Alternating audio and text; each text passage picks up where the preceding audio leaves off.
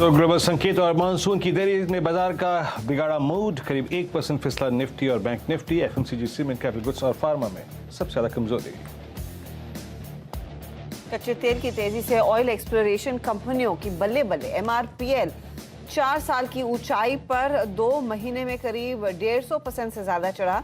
Chennai petro में भी एक हफ्ते में करीब 40% की तेजी। आज भी दोनों स्टॉक्स 20% ऊपर।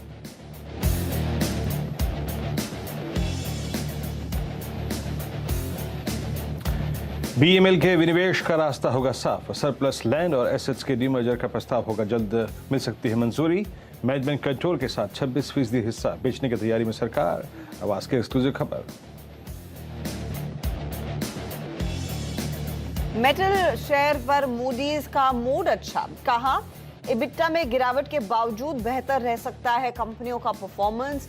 बेस मेटल की कीमतों में तेजी जारी रहने की उम्मीद। मेटल सेक्टर की सेहत पर आज करेंगे डिटेल में चर्चा। तो मेरा मानना यह है कि 50 बेसिस पॉइंट हो सकता है इस बार का। 35 से 50 बेसिस पॉइंट का हाइक। सितंबर एंड की पॉलिसी में फिर हमको रिपो रेट 5.5% पे जाके दिखेगा। आरबीआई कल पेश करेगा क्रेडिट पॉलिसी। सीएनबीसी आवाज एमपीसी की राय। 0.5% तक बढ़ सकती हैं ब्याज दरें। बैंकिंग, रियल्टी और ऑटो जैसे रेट सेंसिटिव शेयर आज दिख रहे हैं दबाव में।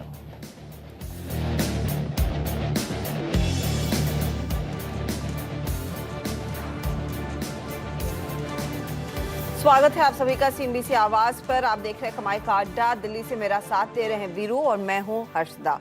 मार्केट के एक्शन पर नजरें हैं। कल पॉलिसी का दिन और पॉलिसी के दिन से ठीक पहले आज भारतीय बाजारों में भारी अनवाइंडिंग देखने को मिली है। बिकवाली चौतरफा है। कल इसी समय हम पॉलिसी का ऑफ सॉर्ट्स पोस्टमार्टम कर रहे होंगे, उसके बाद के रिएक्शन की बात कर रहे होंगे, लेकिन पॉलिसी के पहले मूड बिल्कुल ठीक नहीं है। थोड़ा सा डर बढ़ता हुआ इस समय इंडेक्स में। आप देखिएगा निफ्टी की चाल कितनी कमजोर हो गई है। 16,387 के लेवल्स पर इस समय निफ्टी ट्रेड करता हुआ। करीब करीब 185-86 अंकों की गिरावट। इनफैक्ट 16,347 तक का लोएस्ट रीच हुआ था, तो वहां से हम ज्यादा दूर है नहीं। दूसरी तरफ निफ्टी बैंक एक बड़ा कल्प्रिट है। आज 35,000 को पहले सुबह में पूरी तरह से कोशिश कर रहा था कि किसी ना किसी तरह से संभाल लिया जाए, लेकिन वो लेवल संभला नहीं। उसके नीचे हैं हम 34,874 के लेवल्स पर इस समय आपको दिखाई देगा इंडेक्स। लेकिन डे लो क्या था 834 का, तो उधर से करीब करीब 40 पॉइंट ही ऊपर चढ़ पाए हैं। यहाँ पर भी ज्यादा कुछ एक्शन तेजी की तरफ नहीं बन रहा है। मिड कैप स्टॉक्स भी लहूलुहान है। आज देखिए करीब करीब 300 अंकों तक की गिरावट देखने को मिली है। 1% से तक का नुकसान सभी इंडाइसेस में। एडवांस डिक्लाइन रेशियो 1:2 है। गिरने वाले शेयरों की संख्या लगातार बढ़ती हुई।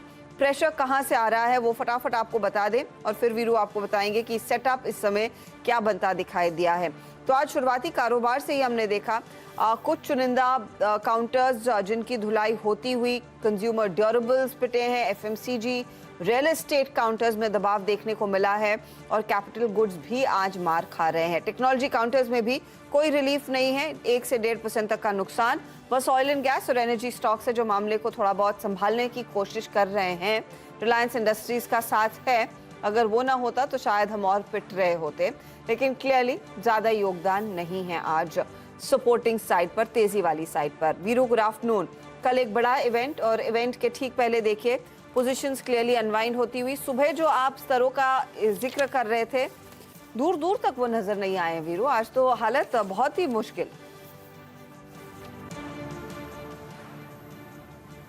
जी हाँ, बिल्कुल। और आज तक आप देखिए ऑन द कॉन्ट्रेरी बाजार ने लोअर लेवल्स को वॉलेट किया। देखिए कन्विक्शन था 430, 16,430 और 388, वो वॉलेट हुआ। और out of these two indices अगर आप देखें तो इस वक्त बैंक निफ्टी ज्यादा कमजोर नजर आ रहा है। 38,854 मेरा सुबह का कन्विक्शन जोन था, करीब 35,040 और आपका 34,930 वो वॉलेट हो गया।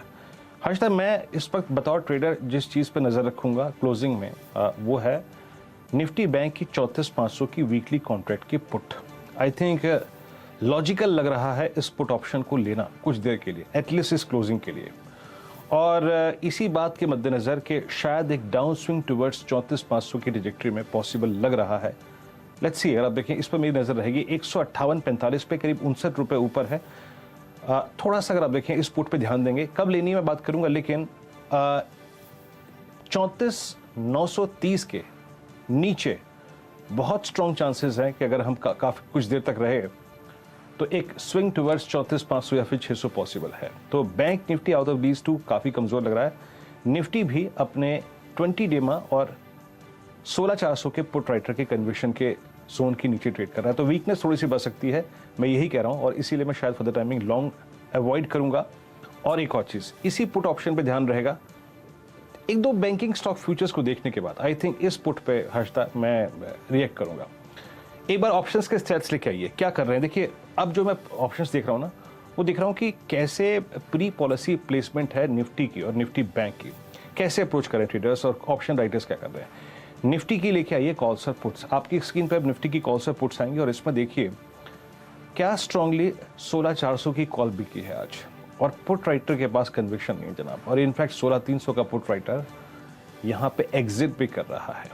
13 लाख पुट अगर आप देखें वहाँ पे, अगर आप देखें एग्जिट हुई है, तो चांसेस है हर्षदा इस डेटा को देखने के मद्देनज़र कि हम आज की मतलब इस रेंज को तोड़ने के बाद थोड़ा सा और नीचे खिसके, एंड स्पेशली आप बैंक निफ्टी के स्टेट्स लेके आइए, तो निफ्टी के स्टेट्स याद रखिएगा नेगेटिव है for the timing, specially after वॉलेटिंग 20 day exponential moving average और 16,400 के जोन को। ये निफ्टी बैंक आपकी स्क्रीन पर आया, 35,000 का जोन जिसको हमने तोड़ा है अभी, वहाँ पे huge call writing, 24 lakh call बिकी हैं और 31 लाख अगर आप देखें आउटस्टैंडिंग हुआ है, और 34,500 के पुट में अगर आप देखें अब ओआई बढ़ता हुआ 19 लाख का वो हो गया है, और पुट राइटर्स के पास कन्विक्शन नहीं है। तो आई थिंक स्टैट्स को देखने के बाद लगता है कि बिलो 16,388 निफ्टी में पेन है, और बिलो 35,000 और 34,930 निफ्टी बैंक में शायद पेन बढ़ सकता है क्लोजिंग में। तो बस उम्मीद करें कि उन लेवल्स तक हम ना टूटे, फिलहाल मामला यहीं पर संभाल लें। बुल्स तो बेहतर रहेगा। निफ्टी बैंक 431 अंकों की गिरावट पर इस समय आ चुका है, 34,877 के लेवल्स क्लियरली देखने को मिल रहे हैं। तो हर टिक के साथ दरअसल भार बढ़ रहा है बिकवाली की तरफ। चलिए वो स्टॉक्स जहां पर आज एक्शन बनता हुआ दिखाई दिया, कौन से काउंटर्स हैं जो ट्रेंड कर रहे हैं तेजी और मंदी की तरफ, दोनों आपको दिखाएंगे। आज थोड़ा support oil and gas space से मिलता हुआ जरूर दिखाई दिया। रिलायंस आपने देखा था निफ्टी के कंट्रीब्यूटर्स में तेजी की तरफ था। इसके अलावा देखिएगा ओएनजीसी करीब 5% ऊपर है, 161 के लेवल्स आ चुके हैं। गेल इंडिया में साथ मिलता हुआ करीब 2-2.5% तक का इजाफा। इंडस टावर में एक सरप्राइज मूव देखने को मिला और कोल इंडिया भी करीब 1.5% ऊपर है। तो दिग्गज पीएसयू ऑयल सेक्टर की कंपनियां, कमोडिटी स्टॉक्स में तेजी देखने को मिल रही है। दूसरी तरफ क्या पिट रहा है, कहां से प्रेशर बनता हुआ दिखाई दिया है, वो भी अब आपकी स्क्रीन पर आता हुआ। टाइटन आज खुलते ही ये ट्रेड मंदी की तरफ बैठा, करीब 4.5% तक की गिरावट, 2100 के भाव आ चुके हैं इस काउंटर में। डॉक्टर रेड्डीज पर दबाव 4% का। गुजरात गैस और आईसीआईसीआई लोम्बार्ड ये दूसरे ट्रेड्स हैं जहां पर हम देख रहे हैं सेल साइड की पोजीशंस क्लियरली बनती हुई दिखाई दे रही हैं और प्रेशर लगातार बढ़ता हुआ इस समय। आपको एक दो ट्रेड्स और बता दें, स्पेशली इंडेक्स के जो ट्रेड्स हैं जिनमें इस घंटे पोजीशंस और तेजी से अनवाइंड होती हुई दिखाई दे रही हैं। तो सीमेंट कंपनियों में बिकवाली का दबाव धीरे धीरे करके बढ़ रहा है। एशियन पेंट्स जैसे काउंटर्स में बिकवाली का दबाव धीरे धीरे करके बढ़ता हुआ दिखाई दे रहा है इस घंटे। चलिए हमारे जानकारों को अब जोड़ना शुरू करते हैं, उससे जानेंगे कि आपकी क्या होनी चाहिए क्लोजिंग की स्ट्रैटेजी, खासतौर से कल एक बड़े इवेंट से ठीक पहले। आज कमाई का अड्डा में फंडामेंटल राय हम लेने वाले हैं दलजीत सिंह कोहली से, और साथ ही साथ शर्मिला जोशी भी साथ होंगी। इसके अलावा हम बात करेंगे डिटेल में प्रकाश गाबा से, श्रीकांत चौहान, स्वाति होतकर हमारे साथ जुड़ेंगी, गुड़गांव से असित बरनपति को जोड़ेंगे, मानस जायसवाल लखनऊ से जुड़ेंगे और पुणे से आशीष बहेती भी, रचना वैद्य को भी आज शामिल करेंगे कार्यक्रम में। 2:15 पर हमारे एक्सपर्ट्स 4 का चौका देंगे, यानी कि एक सस्ता ऑप्शन, वायदे का सुपरस्टार, चार्ट का चमत्कार और साथ ही मिड कैप फंडा शेयर। फिर 2:20 पर लक्ष्मण रॉय को भी आज जोड़ने वाले हैं। बीएमएल पर एक एक्सक्लूसिव डिटेल इनके हाथ लगता हुआ दिखाई दे रहा है, सरकार कुछ और हिस्सा बेचने की तैयारी में है। आज मार्केट के बिग वॉइस में देवेंद्र चोकसी को जोड़ेंगे, पॉलिसी से ठीक पहले पूछेंगे क्या स्ट्रैटेजी आपकी होनी चाहिए अगर आप लॉन्ग टर्म के लिहाज से इंटरेस्ट सेंसिटिव में पैसा लगा रहे हैं तो, और ऑफ कोर्स मेटल सेक्टर भी फोकस में। ये सब होगा कार्यक्रम में आगे। चलिए, तो ये फिलहाल हमारे जानकार हमारे साथ जुड़ते हुए दिखाई देंगे। चलिए एक एक करके सबको अब जोड़ना शुरू करते हैं और पूछते हैं फिर आज का क्लोजिंग के लिए पहला ट्रेड क्या बनता दिखाई देगा, क्योंकि क्लियरली निफ्टी स्ट्रगल कर रहा है और कोशिश भी कर रहा है 16,400 पर वापसी दिखाने की। आफ्टरनून आप सभी को। मानस, बताइए जो मार्केट का ओवरऑल आज मूड है और जिस दायरे में ट्रेड देखने को मिला है, कोई कॉन्फिडेंस या फिर शॉर्ट करें या इंडेक्स से दूर रहें और स्टॉक स्पेसिफिक्स पर फोकस करें, करना क्या है? देखिए, करना तो ये है कि आपको जहां पर वीकनेस देखने को मिले वहां पर आपको शॉर्ट कॉल लेना है। और उसका रीजन ये है कि देखिए, निफ्टी ने फाइनली 20 डे मूविंग एवरेज को ब्रीच किया है और लगातार उसके नीचे ही पूरे दिन सुबह से ट्रेड कर रहा है। बैंक निफ्टी ने भी अपने 20 डे मूविंग एवरेज को ब्रीच किया है, तो ये संकेत तो अच्छे बिल्कुल भी नहीं है। मेरा समझना है कि निफ्टी में यहाँ पर कम से कम 200 से 250 रुपए का डाउन साइड देखने को मिल सकता है। शायद 16,200 या 16,150 तक के स्तर आपको देखने को मिल जाएंगे 1 से 2 दिनों में। इसलिए बिल्कुल कॉशियस रहिए, जहां पर वीकनेस देखने को मिले वहां पर आप शॉर्ट कॉल भी ले सकते हैं। इस टाइम के लिए जो कन्विक्शन आइडिया है वो यूपीएल पे है। यूपीएल पे एक सेल रिकमेंडेशन है, क्योंकि यहाँ पर हाई लेवल पे लगातार 5-6 दिन से स्टॉक लगातार रेजिस्टेंस फेस कर रहा था। फाइनली आज 200 डे मूविंग एवरेज के नीचे फिसल गया है, थोड़े बेहतर वॉल्यूम देखने को मिले हैं। तो मेरा समझना है कि अब शायद आपको 710 रुपए तक के टारगेट देखने को मिलेंगे। करंट लेवल्स पे बिकवाली करने की राय रहेगी। यूपीएल में स्टॉप लॉस रहेंगे 770 के। यहाँ पर ऑप्शन ट्रेड भी ले सकते हैं। At the money put option में ध्यान रखिए, 750 का पुट ऑप्शन 22-23 रुपए के आसपास ट्रेड कर रहा है, वहां पर खरीदारी करिए। 14 रुपीज के स्टॉप लॉस से कम 40 रुपए के टारगेट के लिए। तो यूपीएल इस टाइम का कन्विक्शन आइडिया है सेल साइड।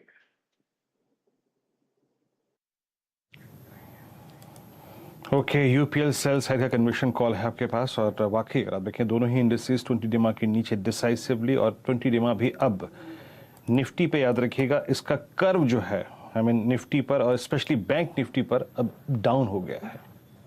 निफ्टी ये 20 डेमा का जो कर्व होता है, यानी उसकी दिशा जो होती है वो बहुत महत्वपूर्ण होती है। प्रकाश गावा सर, आपका कॉल क्या रहेगा इस वक्त का, बताइए। है तो वीकनेस का। आईसीआईसीआई बैंक मुझे वीक नजर आता है, काफी हद तक लग सकता है कि न्यू लो देखने को मिल सकते हैं। इन द लास्ट 1 वीक काफी लो हुआ है। टारगेट इन द डाउनसाइड करीब 725 के हैं, स्टॉप होगा 740 का। ICICI bank short. ICICI bank पर गावा साहब कह रहे हैं बिकवाली का ट्रेड लेकर चले। ये फिलहाल आपको 700 तक के लेवल्स पर दिखाई देगा स्टॉक, और ये इनफैक्ट बड़ा कंट्रीब्यूटर है आज की बिकवाली की तरफ। स्वाति होतकर, आफ्टरनून, बताइए आपका ट्रेड क्या रहेगा? Yes, good afternoon Harshita ji. आज के लिए नो वंडर मार्केट काफी वोलेटाइल है, सेलिंग प्रेशर है, बट सिंस मैं स्ट्रैटेजी फॉलो करूंगी कि स्टॉक स्पेसिफिक होना चाहिए, तो it's a contra call according to the market. मैं बाय कॉल देना चाहूंगी एट करंट प्राइस पे, जो कि है बलरामपुर चीनी। ये पर्टिकुलर काउंटर हम टेक्निकली सेटअप देखे थे, जो भी इंपॉर्टेंट मूविंग एवरेजेस है उसके ऊपर काफी वेल सस्टेन्ड है, high tops high bottom formations में चल रहा है। काफी दिनों से हम देख रहे थे हर्षिता जी 400 से 415 के रेंज में ही, 15 पॉइंट के मूवमेंट में ही चल रहा था। आज उसने ब्रेकआउट दिया है with decent volume. I believe इसमें पोटेंशियल है, इसमें बलरामपुर चीनी में अपसाइड में मिनिमम 430 टू 435 के लेवल्स टेस्ट करने के। तो बलरामपुर चीनी करंट लेवल पे बाय करना चाहिए। 430 के टारगेट के लिए स्टॉप लॉस प्लेस कर सकते हैं 400 का।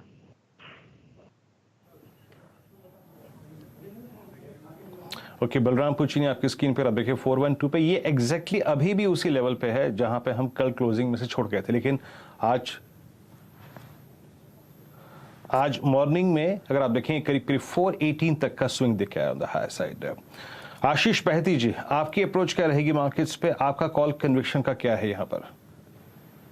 Good afternoon Virendra ji and good afternoon everyone. मेरा कन्विक्शन कॉल एक सेल साइड रहेगा। एसआरएफ में सेलिंग की सलाह रहेगी। जिस हिसाब से आज एसआरएफ में वापस एक क्रैकडाउन दिखा है और स्टॉक 20 डेमा के वापस नीचे स्लिप होता हुआ दिख रहा है, मुझे लगता है कि यहाँ से इसमें सेलिंग प्रेशर इंटेंसिफाई होता हुआ दिखेगा। तो 2350 का एक एसएल लगाकर 2290 और 2260 के टारगेट के लिए एसआरएफ में एक सेल कॉल की सलाह है। एसआरएफ में एक बिकवाली का ट्रेड, तो देखिए बलरामपुर चीनी को छोड़कर 3 जो ट्रेड्स आए हैं वो सब मंदी के तरफ के ही ट्रेड्स हैं। और आज सुबह में नासिर बरनपति ने मार्केट खुलने से पहले आपको एक ट्रेड दिया था एशियन पेंट का, वो चार्ट आपकी स्क्रीन पर लेकर आएंगे। बाजार खुलने के साथ ही दरअसल इनके जो टारगेट हैं वो हिट होते हुए दिखाई दे। 2750 का और 2734 के लेवल्स इस समय देखने को मिल रहे हैं आपको एशियन पेंट में। अच्छा, आफ्टरनून ये तो खुलने के साथ ही अचीव हुआ काउंटर, लेकिन इसके आगे अब क्या स्थिति उभर कर आ रही है? कोई खास ट्रेड आपने ऐसा ही जो दोपहर के ट्रेड के लिए आइडेंटिफाई किया है? गुड आफ्टरनून हर्षदा जी। मेरे हिसाब से market obviously is weak and bank Nifty जिस हिसाब से 35,000 के नीचे ट्रैवल कर रहा है, that is not a good sign for the market. Rate sensitive stocks में हम देख सकते हैं कि that could be little more pressure. मैं बजाज फाइनेंस में शॉर्ट जाना चाहूंगा। इमीडिएटली इसको शॉर्ट नहीं करके थोड़ा उछाल में इसको बेचेंगे तो रिस्क रिवॉर्ड बेटर रहेगा। Bajaj Finance right now is 5800, 5837 to be precise. Maybe if we get a price of around 5850, वहाँ पे शॉर्ट करके 5875 का stop loss for a target of 5750, 5700। मुझे लगता है कि बजाज फाइनेंस में थोड़ा प्रेशर और देखने को हमें मिल सकता है। एंड जिस हिसाब से ऑप्शंस डेटा हम देखेंगे बजाज फाइनेंस में, there is absolutely no kind of no put writing में कन्विक्शन। 6000 पुट राइटिंग वर्सेस 1,65,000 का कॉल राइटिंग है। So Bajaj Finance is weak and उछाल में इसको बेच सकते हैं।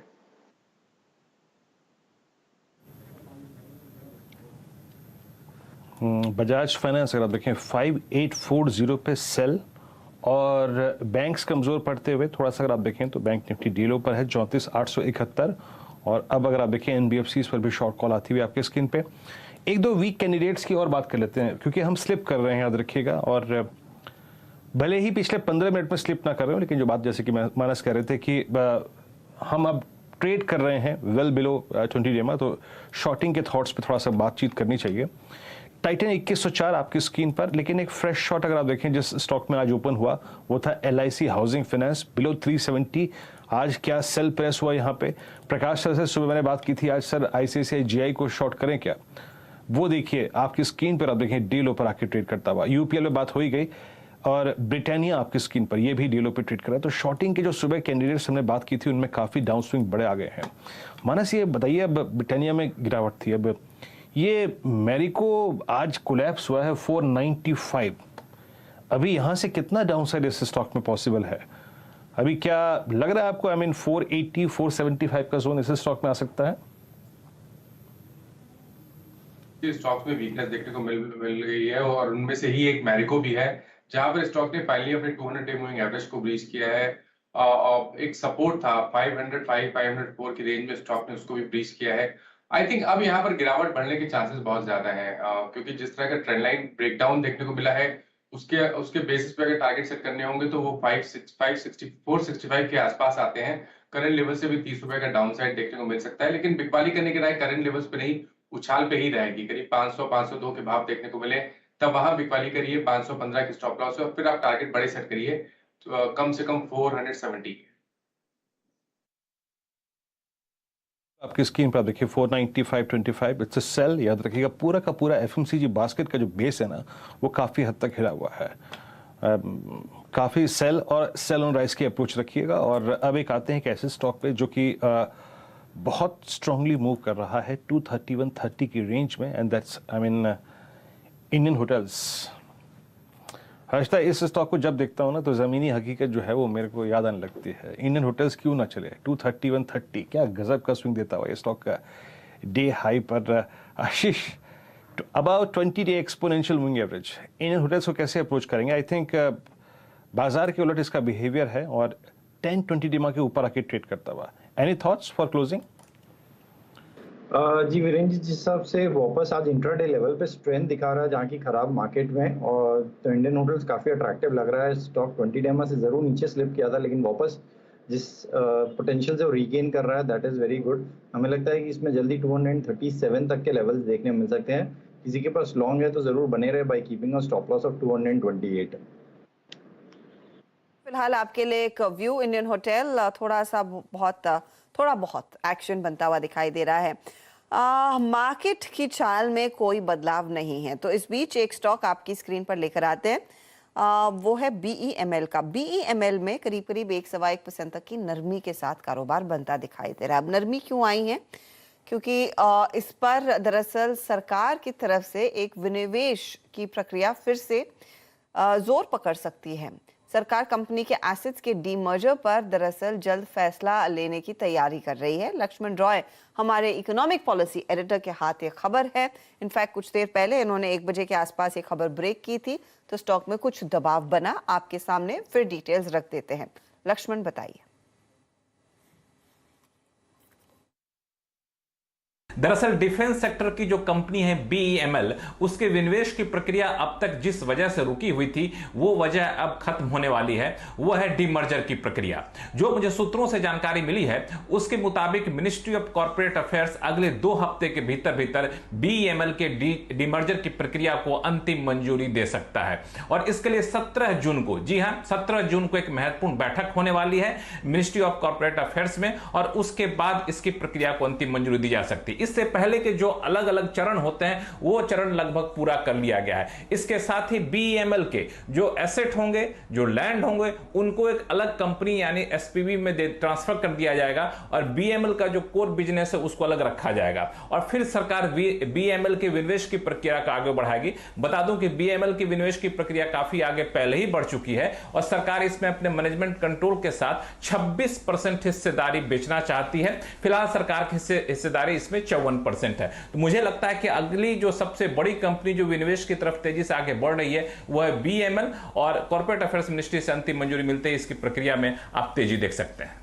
शुक्रिया लक्ष्मण इस अपडेट के लिए। और वो स्टॉक देखिए थोड़ा बहुत ओवरहैंग दिखा रहा है। याद रखिएगा BEML ने BEML लैंड एसेट्स डीमर्जर के, अपने नॉन कोर एसेट्स के डीमर्जर के लिए वैसे भी अलग कंपनी सेटअप की थी। अब सरकार की तरफ से ये फिर से प्रक्रिया जोर पकड़ रही है।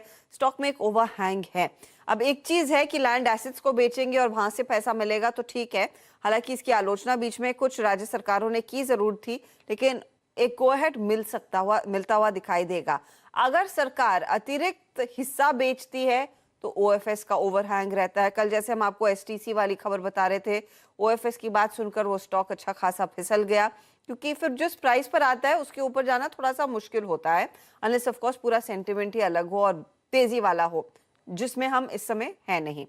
टेक्निकली मानस एक बार BEML का चार्ट देखिए और बताइए अब चाल इसकी कैसी रहेगी। हमने कई दफा डिफेंस कंपनियों की बात की, लेकिन प्रायोरिटी बेसिस पर आप सभी जानकारों ने या तो BEL पर एक कॉल दिया है या फिर HAL पर एक कॉल दिया है, और किसी दिन BDL पर भी कॉल आया। BEML पर इतना तवज्जो चार्टिकली अब तक नहीं देखने को मिला और 1 महीने में स्टॉक अंडर परफॉर्म कर भी रहा है। अब इस खबर के मद्देनजर आज का जो डिप है क्या इंडिकेट कर रहा है? देखिए बहुत क्लियर डिफरेंस है। 3 स्टॉक अगर आप ले लीजिए, BEL, BDL और या तो HAL, इन तीनों स्टॉक के चार्ट देखिए जहां पर हाई टॉप्स हायर बॉटम बन रहे हैं। तीनों स्टॉक अपने 200 मूविंग एवरेज के ऊपर ट्रेड कर रहे हैं। और वहीं पर BEML की बात कर लीजिए जहां पर वीकनेस बहुत क्लियर दिखती है, क्योंकि लोअर टॉप लोअर बॉटम बन रहे हैं और कभी भी अभी कुछ दिन पहले हमने पुल बैक देखा, लेकिन स्टॉक अपने 20 मूविंग एवरेज के ऊपर तक नहीं जा पा रहा है। तो स्ट्रक्चर वीक है और इसीलिए शायद आने वाले समय में भी अंडर परफॉर्मेंस कंटिन्यू रहेगा। और मैं तो उम्मीद करूंगा कि 1200 रुपए के स्तर जो कि अभी कुछ हफ्ते पहले स्टॉक ने दिखाए थे, वापस वो स्टॉक टेस्ट कर सकता है।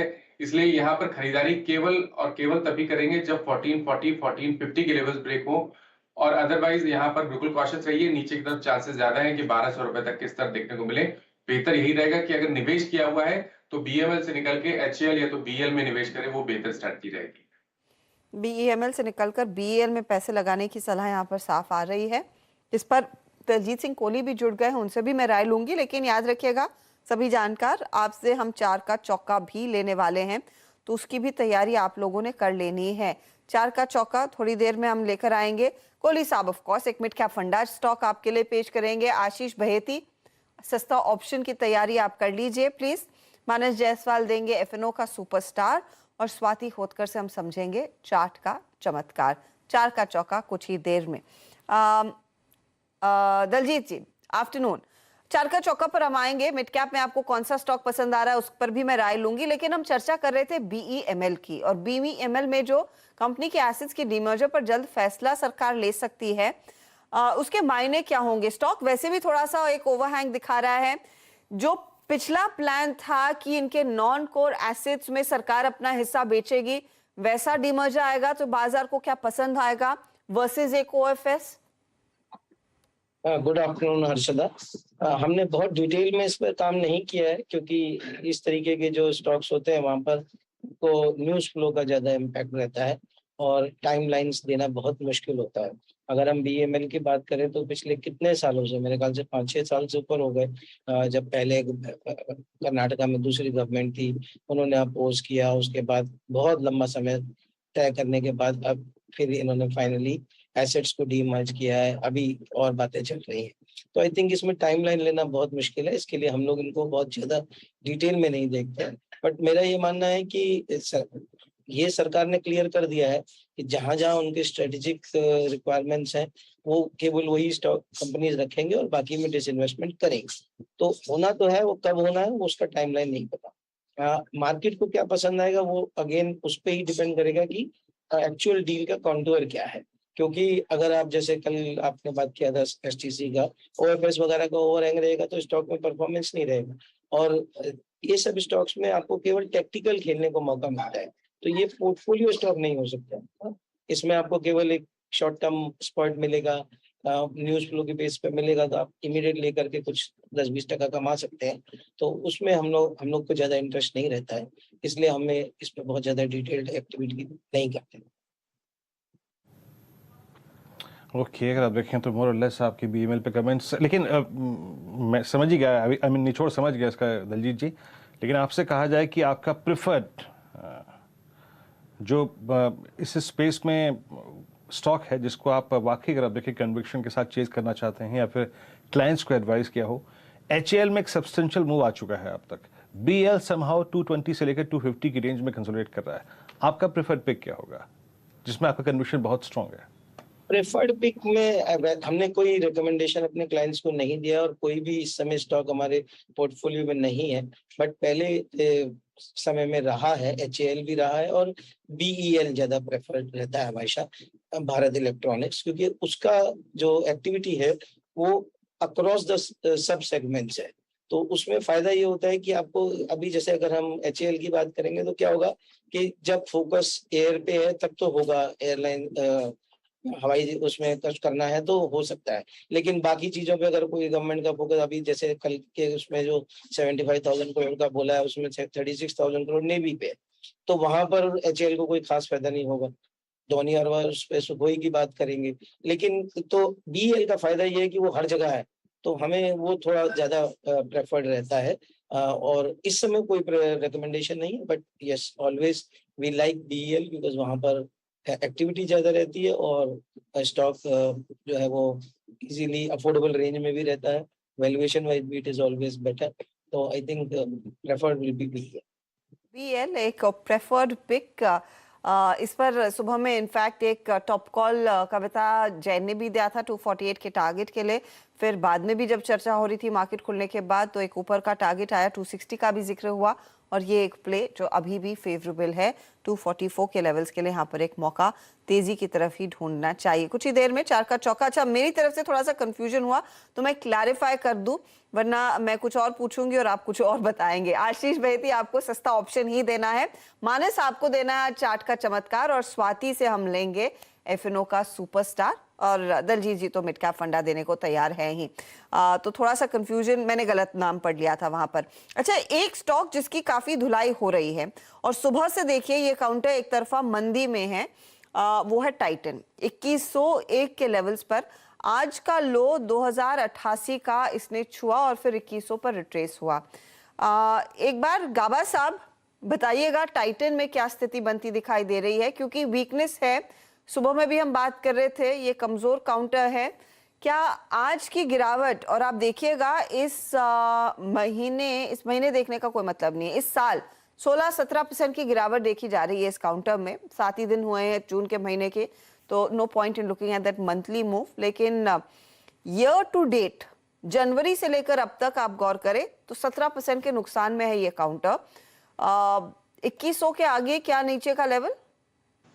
2000। देखिए एक सिंपल है कि ये जो चार्ट, वीकली चार्ट देखेंगे तो जो पैटर्न बना हुआ है उसके हिसाब से लगता है ये कंटिन्यूएशन पैटर्न है। प्रीवियस मूव डाउन था, अब ये डाउन और जाएगा। पहला टेक्निकल टारगेट 2000 का होगा, क्या वो रुकेगा वहां पर मुझे पता नहीं, शायद ना भी रुके, लेकिन 2200 का कोई स्टॉप लगाकर चले तो लगता है 2000 तक जाने की पूरी संभावना है। टाइटन वीक चार्ट स्ट्रक्चर है, क्लासिकल चार्ट पैटर्न। टाइटन अगर आप देखें आपकी स्क्रीन पे वीकनेस बहुत है, बहुत ही ज़्यादा वीकनेस है यहाँ पे 2102। आई थिंक इस प्रकार की टाइटन में जो वीकनेस है ना वो ज़माने बाद देखने को मिल रही है हर्षता। अमूमन ये स्टॉक इतना तंग नहीं रहा है, अगर आप सिर्फ कोविड एरा को छोड़ दें तो इतना बड़ा लिक्विडेशन टाइटन के स्टॉक्स में मैंने एटलीस्ट नहीं देखा। और इस बार का ये लिक्विडेशन देखिए, ये थर्ड ट्रांच चल रहा है और जिस पे ये स्टॉक लगभग समझ लीजिएगा कि 2764 से 2108 पे आ चुका है। बहुत सारे ऐसे स्टॉक्स हैं अगर आप देखें जो आज कोलैप्स कर रहे हैं। टाइटन यूपीएल जो मानस की कॉल थी वो अच्छी खासी कोलैप्स हुई, डील ऊपर है। अब इसी स्पेस में एक स्टॉक और लेके आते हैं, लेट्स ब्रिंग टाटा केमिकल आपकी स्क्रीन पर 940। ये अभी कोलैप्स नहीं हुआ है लेकिन ये लगातार 100 डे एक्सपोनेंशियल मूविंग एवरेज के नीचे ट्रेड कर रहा है। आपकी राय क्या होगी यहाँ पर? अब मानस क्या फर्स्ट मूवर एडवांटेज लेने के लिए यहाँ पे कोई शॉर्ट कॉल आपकी तरफ से, क्योंकि इसके एवरेजेस का बिहेवियर भी अब अच्छा नहीं है, सारे के सारे नीचे की तरफ झुक रहे हैं, लगातार 20 डेमा के नीचे सस्टेन करता हुआ, और ये I think third consecutive session है जब इवन 100 डेमा को भी टेस्ट नहीं कर पा रहा है। Any thoughts on Tata chemical on short side? बिल्कुल, देखिए यहाँ पर भी ट्रेंड वीक लगने लगा है, लेकिन अभी भी मैं समझता हूँ कि क्योंकि कोई प्राइस ब्रेकडाउन देखने को नहीं मिला है इसलिए मैं अभी यहाँ पर शॉर्ट कॉल नहीं लूंगा। शॉर्ट कॉल लूंगा तो 920 रुपए के लेवल्स ब्रेक हो जाने दीजिए, तब शॉर्ट कॉल लेना चाहिए, क्योंकि उसके इसमें कम से कम 30 से 40 रुपए का डाउन साइड देखने को मिलेगा। लेकिन अभी कंसोलिडेशन देखने को मिल रहा है इसलिए केवल शॉर्ट कॉल नहीं है। अदरवाइज आपने बिल्कुल सही कहा कि जो मूविंग एवरेज का सेटअप है वो थोड़ा वीक लगता है।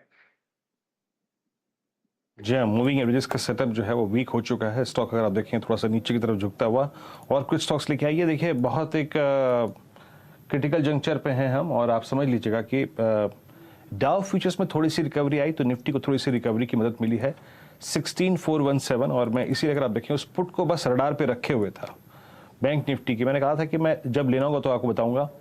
उस पुट का जो लास्ट 3 सेशन का स्विंग हाई है वो करीब 161 रुपए है, 162 रुपए है। मैं इंतजार कर रहा था कि 161 162 कटे तो वो पुट लूँ, हालांकि अभी पुट ली नहीं है, लेकिन लेके जानी है, कैरी करनी है नहीं करनी है देखेंगे। Let's see. अगर आप देखें डाउ फ्यूचर्स कुछ देर में और क्या करते हैं। डाउ फ्यूचर्स में करीब 30-40 पॉइंट्स की रिकवरी है, और डाउ फ्यूचर्स अब करीब समझ लीजिएगा कि 108 पॉइंट नीचे ट्रेड करते हुए। कुछ देर में आपको स्क्रीन के निचले भाग पे अपडेट भी मिलेगा।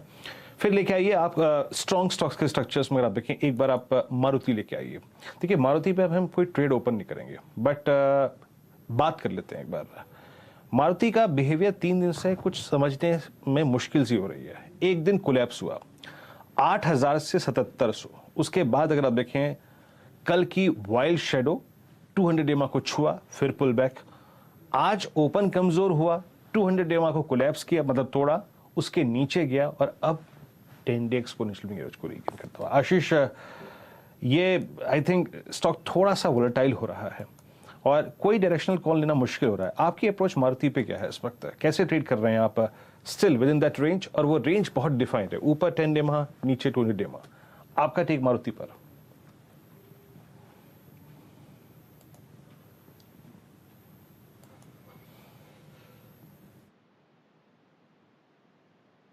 जी वीरेन जी, जिस हिसाब से मारुति ने 200 डेमा पे सपोर्ट लिया है, काफी अट्रैक्टिव लग रहा है इस पर्टिकुलर पैटर्न पे। आज 20 डेमा को जिस हिसाब से उसने सरपास किया है, हमें लगता है कि मारुति में करंट लेवल पे जरूर एक तेजी की तरफ ट्रेड बनाया जा सकता है, by keeping small stop loss of 7700 का। और हमें लगता है कि मारुति की चाल वापस हमें 8000 तक के देखने मिल सकती है। मारुति में आने के पूरे आसार, होपफुली यहाँ से कुछ सपोर्ट मिलेगा ओवरऑल ऑटो सेक्टर को भी। चलिए अब 4 का चौका की बारी है। सभी जानकार तैयार हैं अपने अपने ट्रेड्स लेकर, और जानेंगे कि कौन कौन से स्टॉक्स दरअसल इन्होंने शॉर्टलिस्ट किए हैं। शुरुआत मानस आपसे, क्या है आज चार्ट का चमत्कार में? इतने वीक मार्केट में कोई चमत्कारी स्टॉक अगर कोई है तो वो है टीवीएस मोटर्स का। टीवीएस मोटर्स के पैटर्न को देखिए तो करीब 5-6 सेशन में हमने एक छोटा सा करेक्शन जरूर देखा, लेकिन यहाँ पर अंडरटोन काफी बुलिश बना हुआ है। काफी समय से, मेरे ख्याल से पिछले 4 हफ्ते से हम लगातार अपमूव देख रहे हैं। आज के पैटर्न को देख के लगता है कि ये फ्लैग पैटर्न का ब्रेकआउट बहुत ही जल्द, शायद 1 से 2 दिनों में दिखाएगा। इसलिए टीवीएस मोटर्स पे करंट लेवल्स पे खरीदारी करके चलनी है। आपके जो स्टॉप लॉसेस हैं वो 725 के नीचे रहेंगे, और ऊपर की तरफ 770 तक के टारगेट्स, करीब 30 रुपए का अपमूव आपको टीवीएस मोटर्स में देखने को मिल सकता है। और यहाँ पर मेरे हिसाब से तो ऑप्शन ट्रेड भी लेना चाहिए। 740 का कॉल ऑप्शन लीजिए, 25 रुपए के आसपास ट्रेड कर रहा है। 18 रुपए के स्टॉप लॉस से कम 40 रुपए के टारगेट सेट करिए। तो ये फिलहाल आपके लिए एक अपॉर्चुनिटी, 770 के टारगेट के लिए एक मौका टीवीएस मोटर में लॉन्ग करने का। 740 का आप कॉल भी ले सकते हैं, जो आपको 24-25 रुपए के आसपास ट्रेड करता दिखाई दे रहा है। तो क्लियरली एक मूड मोमेंटम वाला ट्रेड इन्होंने स्पॉट किया है। अब बारी है स्वाति की, और जो आपको बताएंगी एफएनओ का superstar.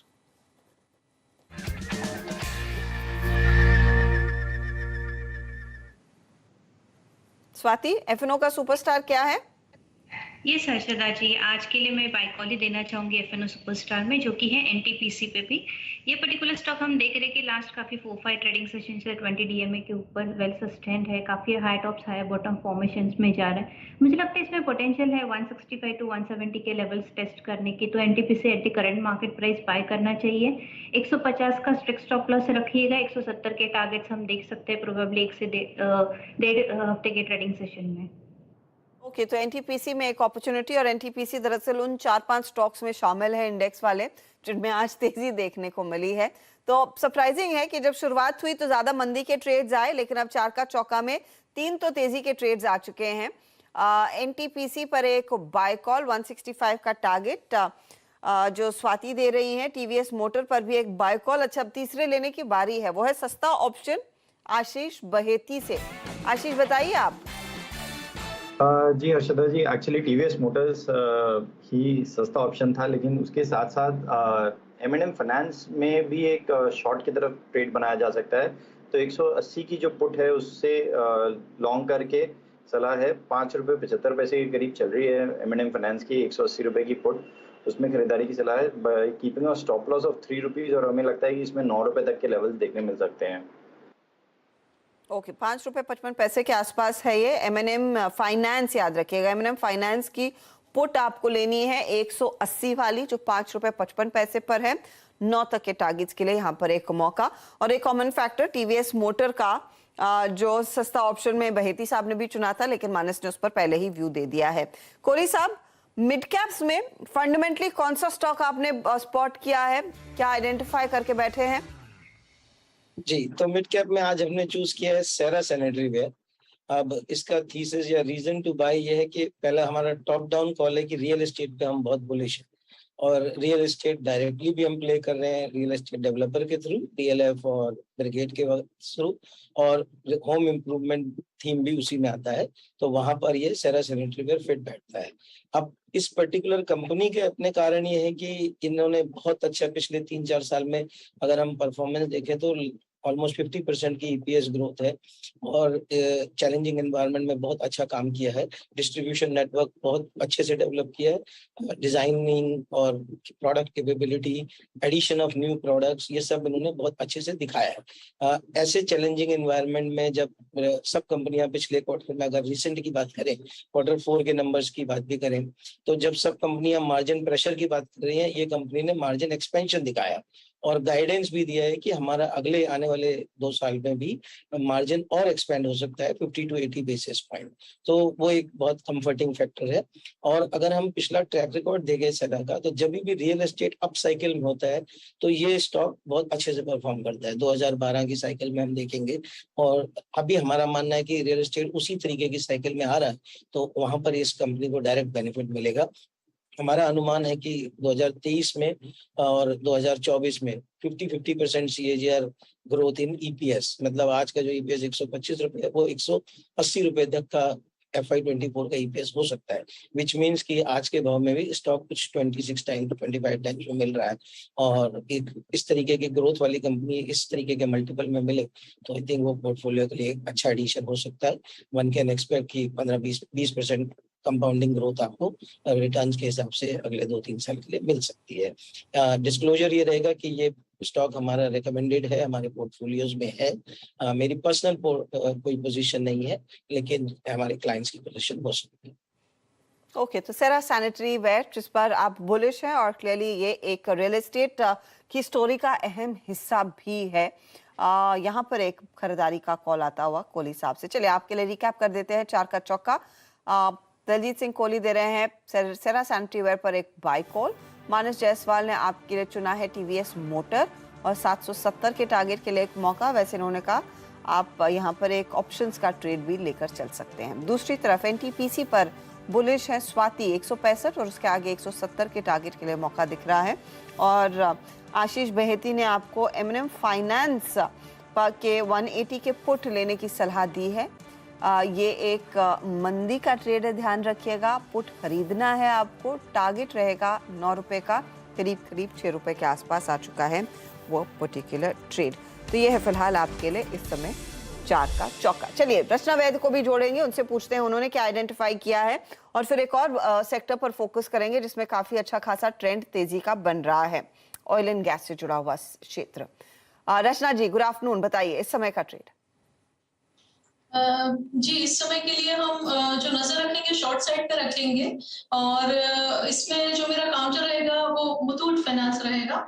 The only thing I like to say along with this is that कि आज क्योंकि पूरे दिन मार्केट एक ही डायरेक्शन में चली है तो ये उम्मीद नहीं कर सकते कि आज इसका जो मूव है वो नेक्स्ट 1 आवर या 40 मिनट्स 45 मिनट्स में ही प्ले आउट हो जाएगा। सो कैरी करना पड़ सकता है। अगर वो तैयारी है तो मुथूट फाइनेंस को शॉर्ट कर सकते हैं और शॉर्ट करने पे 1080 पे यहाँ पे एसएल लगाएंगे। तो डाउन साइड पे first target should be 1054 and second target should be 1040। चलिए अगर आप देखें ये मुथूट फाइनेंस पे रचना जी का व्यू है। अभी काम करते हैं श्रीकांत चौहान जी के पास चलते हैं। श्रीकांत जी नमस्कार, कार्यक्रम में स्वागत है। आज सुबह भी आपसे बात हो रही थी और आपने शॉर्ट कॉल की बात की थी, लेकिन दिक्कत यह है कि अभी हम इवेंट्स को अगर आप देखें चेज कर रहे हैं श्रीकांत। अभी मैं देख रहा हूँ पिछले कुछ समय से 20 डेमा को वॉलेट तो किया, लेकिन वो 20 डेमा को वॉलेट करने के बाद जो सेलिंग की फोर्स होनी चाहिए वो अभी तक विजिबल नहीं है। तो क्या क्लोजिंग में वो आप सेलिंग एक्सपेक्ट कर रहे हैं क्या, या फिर इवेंट के मद्देनजर आप थोड़ा सा आउटलुक रिजर्व करेंगे, न्यूट्रल रह के इस इवेंट को चीज करना चाहेंगे आप श्रीकांत? देखिए हमें लगता है कि जो मार्केट है उसने इम्पोर्टेंट सपोर्ट लाइन को तो ब्रेक कर दिया है और काफी सारे स्टॉक्स अगर आप देखें तो एक्सेप्ट रिलायंस बाकी सब स्टॉक्स में एक लोअर टॉप लोअर बॉटम का कंटिन्यूएशन फॉर्मेशन बन रहा है और जो स्टॉक गिर नहीं रहे थे अभी वहां पे भी हमें एक सेलिंग देखने मिल रहा है। हमें लगता है कि पॉसिबल है कि मार्केट एक बार 16,200 के लेवल्स को रीटेस्ट कर सकता है और चूंकि इवेंट है जैसे आपने बताया मोस्ट ऑफ द टाइम हमने देखा कि इवेंट के पहले मार्केट थोड़ा साइडवेज हो जाता है या तो एक नैरो रेंज में आ जाता है। वैसे मुझे लगता है कि जो रेट हाइक की जो न्यूज़ है वो काफ़ी हद तक डिस्काउंटेड है मार्केट में। अभी मुझे लगता है कि जो सबसे बड़ा फियर मार्केट में निकल के आ रहा है वो यही है कि क्रूड शायद यहाँ से $130-135 ना हो जाए, जिसके ऊपर काफ़ी सारे रिपोर्ट्स हैं और इसी वजह से मुझे लगता है कि मार्केट में एक प्रेशर बना हुआ है। तो समाव मुझे लग रहा है कि एटलीस्ट जब तक मार्केट 16,500 के ऊपर नहीं जाता है तब तक हमें लगता है कि इस मार्केट में शॉर्ट रहना एडवाइजेबल रहेगा। ओके 16,500 के जोन को जब तक रीगेन ना करे दैट मींस शॉर्ट रहिए, शॉर्ट ऑन राइज करिए। अच्छा श्रीकांत, जब आप कहते हैं कि शॉर्ट रहिए, स्टॉक स्पेसिफिक होके प्रिफर्ड जो शॉर्टिंग के कैंडिडेट्स हैं, आइडियाज हैं, वो क्या हैं आपके? हमें लगता है कि स्टील को छोड़ के जो बाकी के स्टॉक्स हैं जैसे कि हिंडाल्को है या वेदांता है, हमें लगता है कि वहां पे एक वापस म्यूटेड जो एक्टिविटी आ गई है उसमें एक सेल ऑफ आ सकता है। हिंडाल्को जो अभी 403 या 404 के करीब ट्रेड कर रहा है, यहाँ पे हमें लगता है कि बड़े फॉल के बाद एक कंटिन्यूएशन फॉर्मेशन बना रहा है और इस कंटिन्यूएशन फॉर्मेशन में हमें लगता है कि एक डाउनवर्ड एक्टिविटी बनेगी जो इवेंचुअली शायद लगता है स्टॉक को एक बार 390 से लेकर 380 के लेवल्स तक भी लेके जा सकती है। तो करंट लेवल से हिंडाल्को को शॉर्ट करके चले। स्टॉप लॉस काफी नजदीक का है, स्टॉप लॉस हमें रखना पड़ेगा 415 का। थोड़ा बड़ा स्टॉप लॉस है क्योंकि मार्केट वैसे थोड़ा वॉलेटाइल हो सकता है, बट अदरवाइज हमें लगता है कि हिंडाल्को को शॉर्ट करके चले। और साथ ही साथ लगता है कि वेरी शॉर्ट टर्म में अगर और किसी के ऊपर अगर शॉर्ट व्यू लेना है तो हमें लगता है कि इंडेक्स हेवीवेट एलएनटी के ऊपर फोकस कर सकते हैं, बिकॉज एलएनटी एक अच्छे पुल बैक के बाद और अच्छे एक इंपॉर्टेंट एवरेजेस को हिट करने के बाद वापस रिवर्सल में आया हुआ है। तो ये स्टॉक वापस अपने प्रीवियस लोज को यानी कि 1500-1520 के लेवल्स को दिखा सकता है और अगर ओवरऑल भी देखा जाए तो ये स्टॉक में बीटा जो है वो काफी लो है। तो करंट लेवल से इसे शॉर्ट करके चले, 1620 का स्टॉप लॉस रखे, टारगेट्स रखे 1520 से लेकर 1530 के। ओके, हिंडाल्को फ्यूचर्स आप शॉर्ट कर रहे हैं। अच्छा देखिए, जैसे आपने मेटल्स का जिक्र किया श्रीकांत जी, जब आप शॉर्ट की बात कर रहे थे मेटल्स पे, एक स्पेस मेरे जहन में तुरंत तक रहा, देखें आके स्ट्राइक कर गया, that is capital goods, sorry consumer durable space white goods segment. Daljeet ji, last 3 summers, in fact 4 summers, in fact last अगर आप 2017 के ऑनवर्ड्स समर सीजन वोल्टास के लिए, हैवेल्स के लिए बहुत स्ट्रॉन्ग मूव जनरेट करता है, अमूमन डिमांड भी काफ़ी स्ट्रॉन्ग रही है। इस बार इसी ड्यूरेशन में आई मीन आप देख लीजिए कि 28 अप्रैल से लेके अब तक जो पिटाई हुई है वोल्टास की, पूछिए मत। 1350 से स्टॉक रिट्रेस होकर 900 पे भी गया, यानी अगर आप समझ लीजिए कि एक समय करीब करीब 450 रुपए का रिट्रेसमेंट है। क्या वजह है इस बार के इस पिटाई की, और जो इसको अवॉइड कर रहे हैं इसकी वजह क्या है, और ग्राउंड चेक रियलिटी क्या है इस वक्त?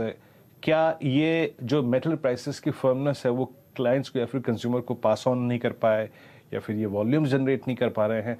आपको इस दुविधा का कारण क्या नजर आता है, और आपका प्राइस व्यू क्या है? क्या करेंगे आप इस प्राइस पे?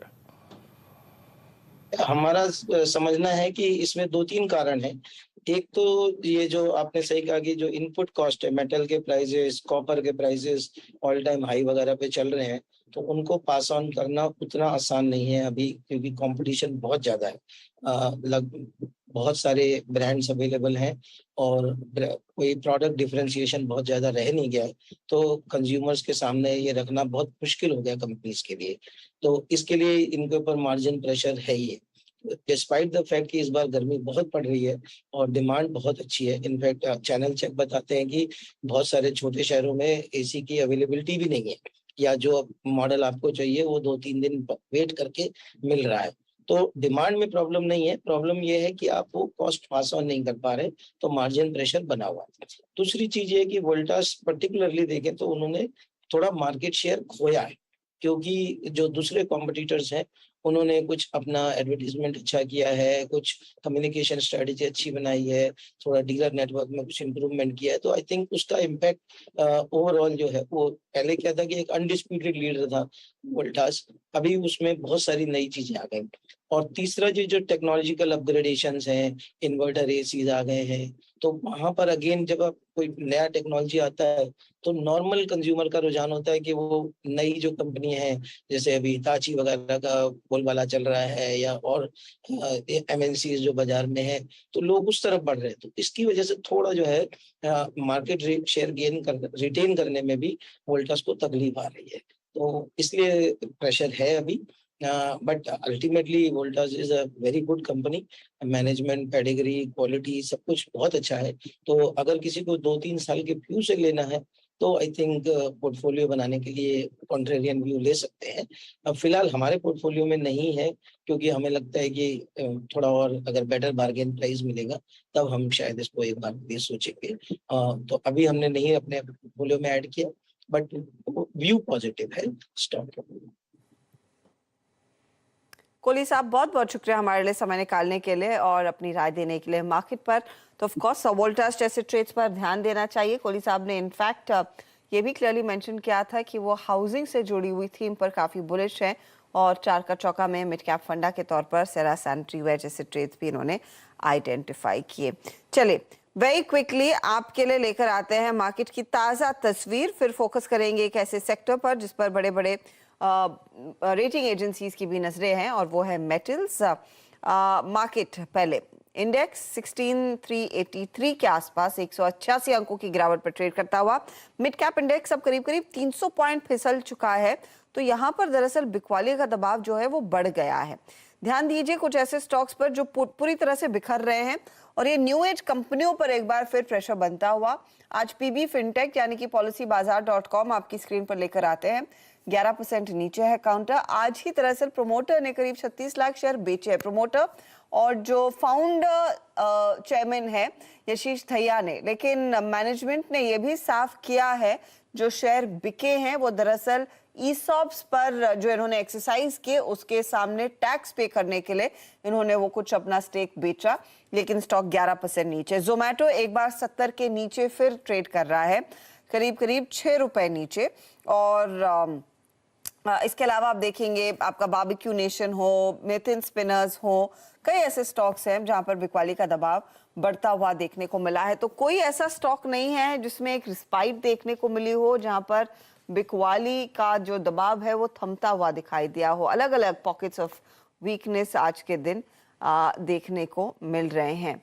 गुजरात गैस पर एक बार लेकिन व्यू ले लेते हैं।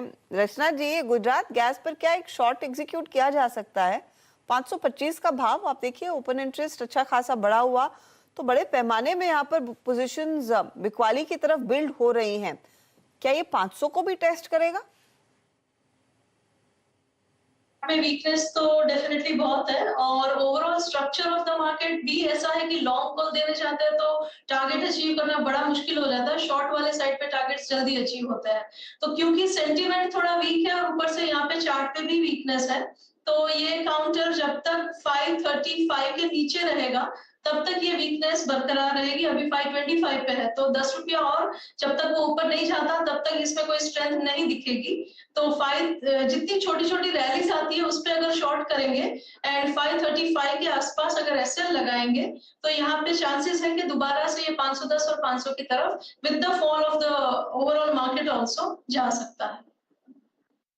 तो ये फिलहाल आपके लिए क्लियरली एक हल्क पुल बैक पर बेचने वाला शेयर है। लेकिन कमोडिटीज के साथ रहते हैं, मेटल शेयरों की बात करते हैं और मेटल स्टॉक्स आज थोड़ा सा साइडवेज मूव दिखा रहे हो, करीब करीब 1% नीचे हो इंडेक्स, लेकिन मूडीज दरअसल बुलिश है इस सेक्टर पर। मूडीज ने इनफैक्ट आउटलुक स्टेबल रखा है मेटल कंपनियों पर। मूडीज का कहना है कि स्टील कीमतों में आगे सुधार संभव है, बेस मेटल की कीमतों भी आगे ऊंची ही रह सकती है। मेटल सेक्टर की संभावनाओं और चुनौतियों पर चर्चा करने के लिए अब आईडीबीआई कैपिटल के रिसर्च एनालिस्ट भावेश चौहान हमारे साथ जुड़ गए हैं। भावेश, मूडीज ने जो आउटलुक अपना स्टेबल रखा है मेटल्स पर, वो मुझे इंट्रीगिंग लगा। उनका मानना है कि अपने पीक से भले ही प्राइसेस थोड़ी सी कम रहेंगी, लेकिन जो आलम तेजी का बना है वो कायम रहेगा। हिस्टोरिकल हाईज देखने को मिले हैं हमने मेटल की कीमतों में और कुछ कंपनियों के एबिटा परफॉर्मेंस भी हिस्टोरिकल हाईज पर थे। आप अप्रोच कैसे रखेंगे इस सेक्टर की? चर्चा हमने आपके साथ पहले भी की हुई है और मूडीज की रिपोर्ट पर आपके क्या व्यूज हैं?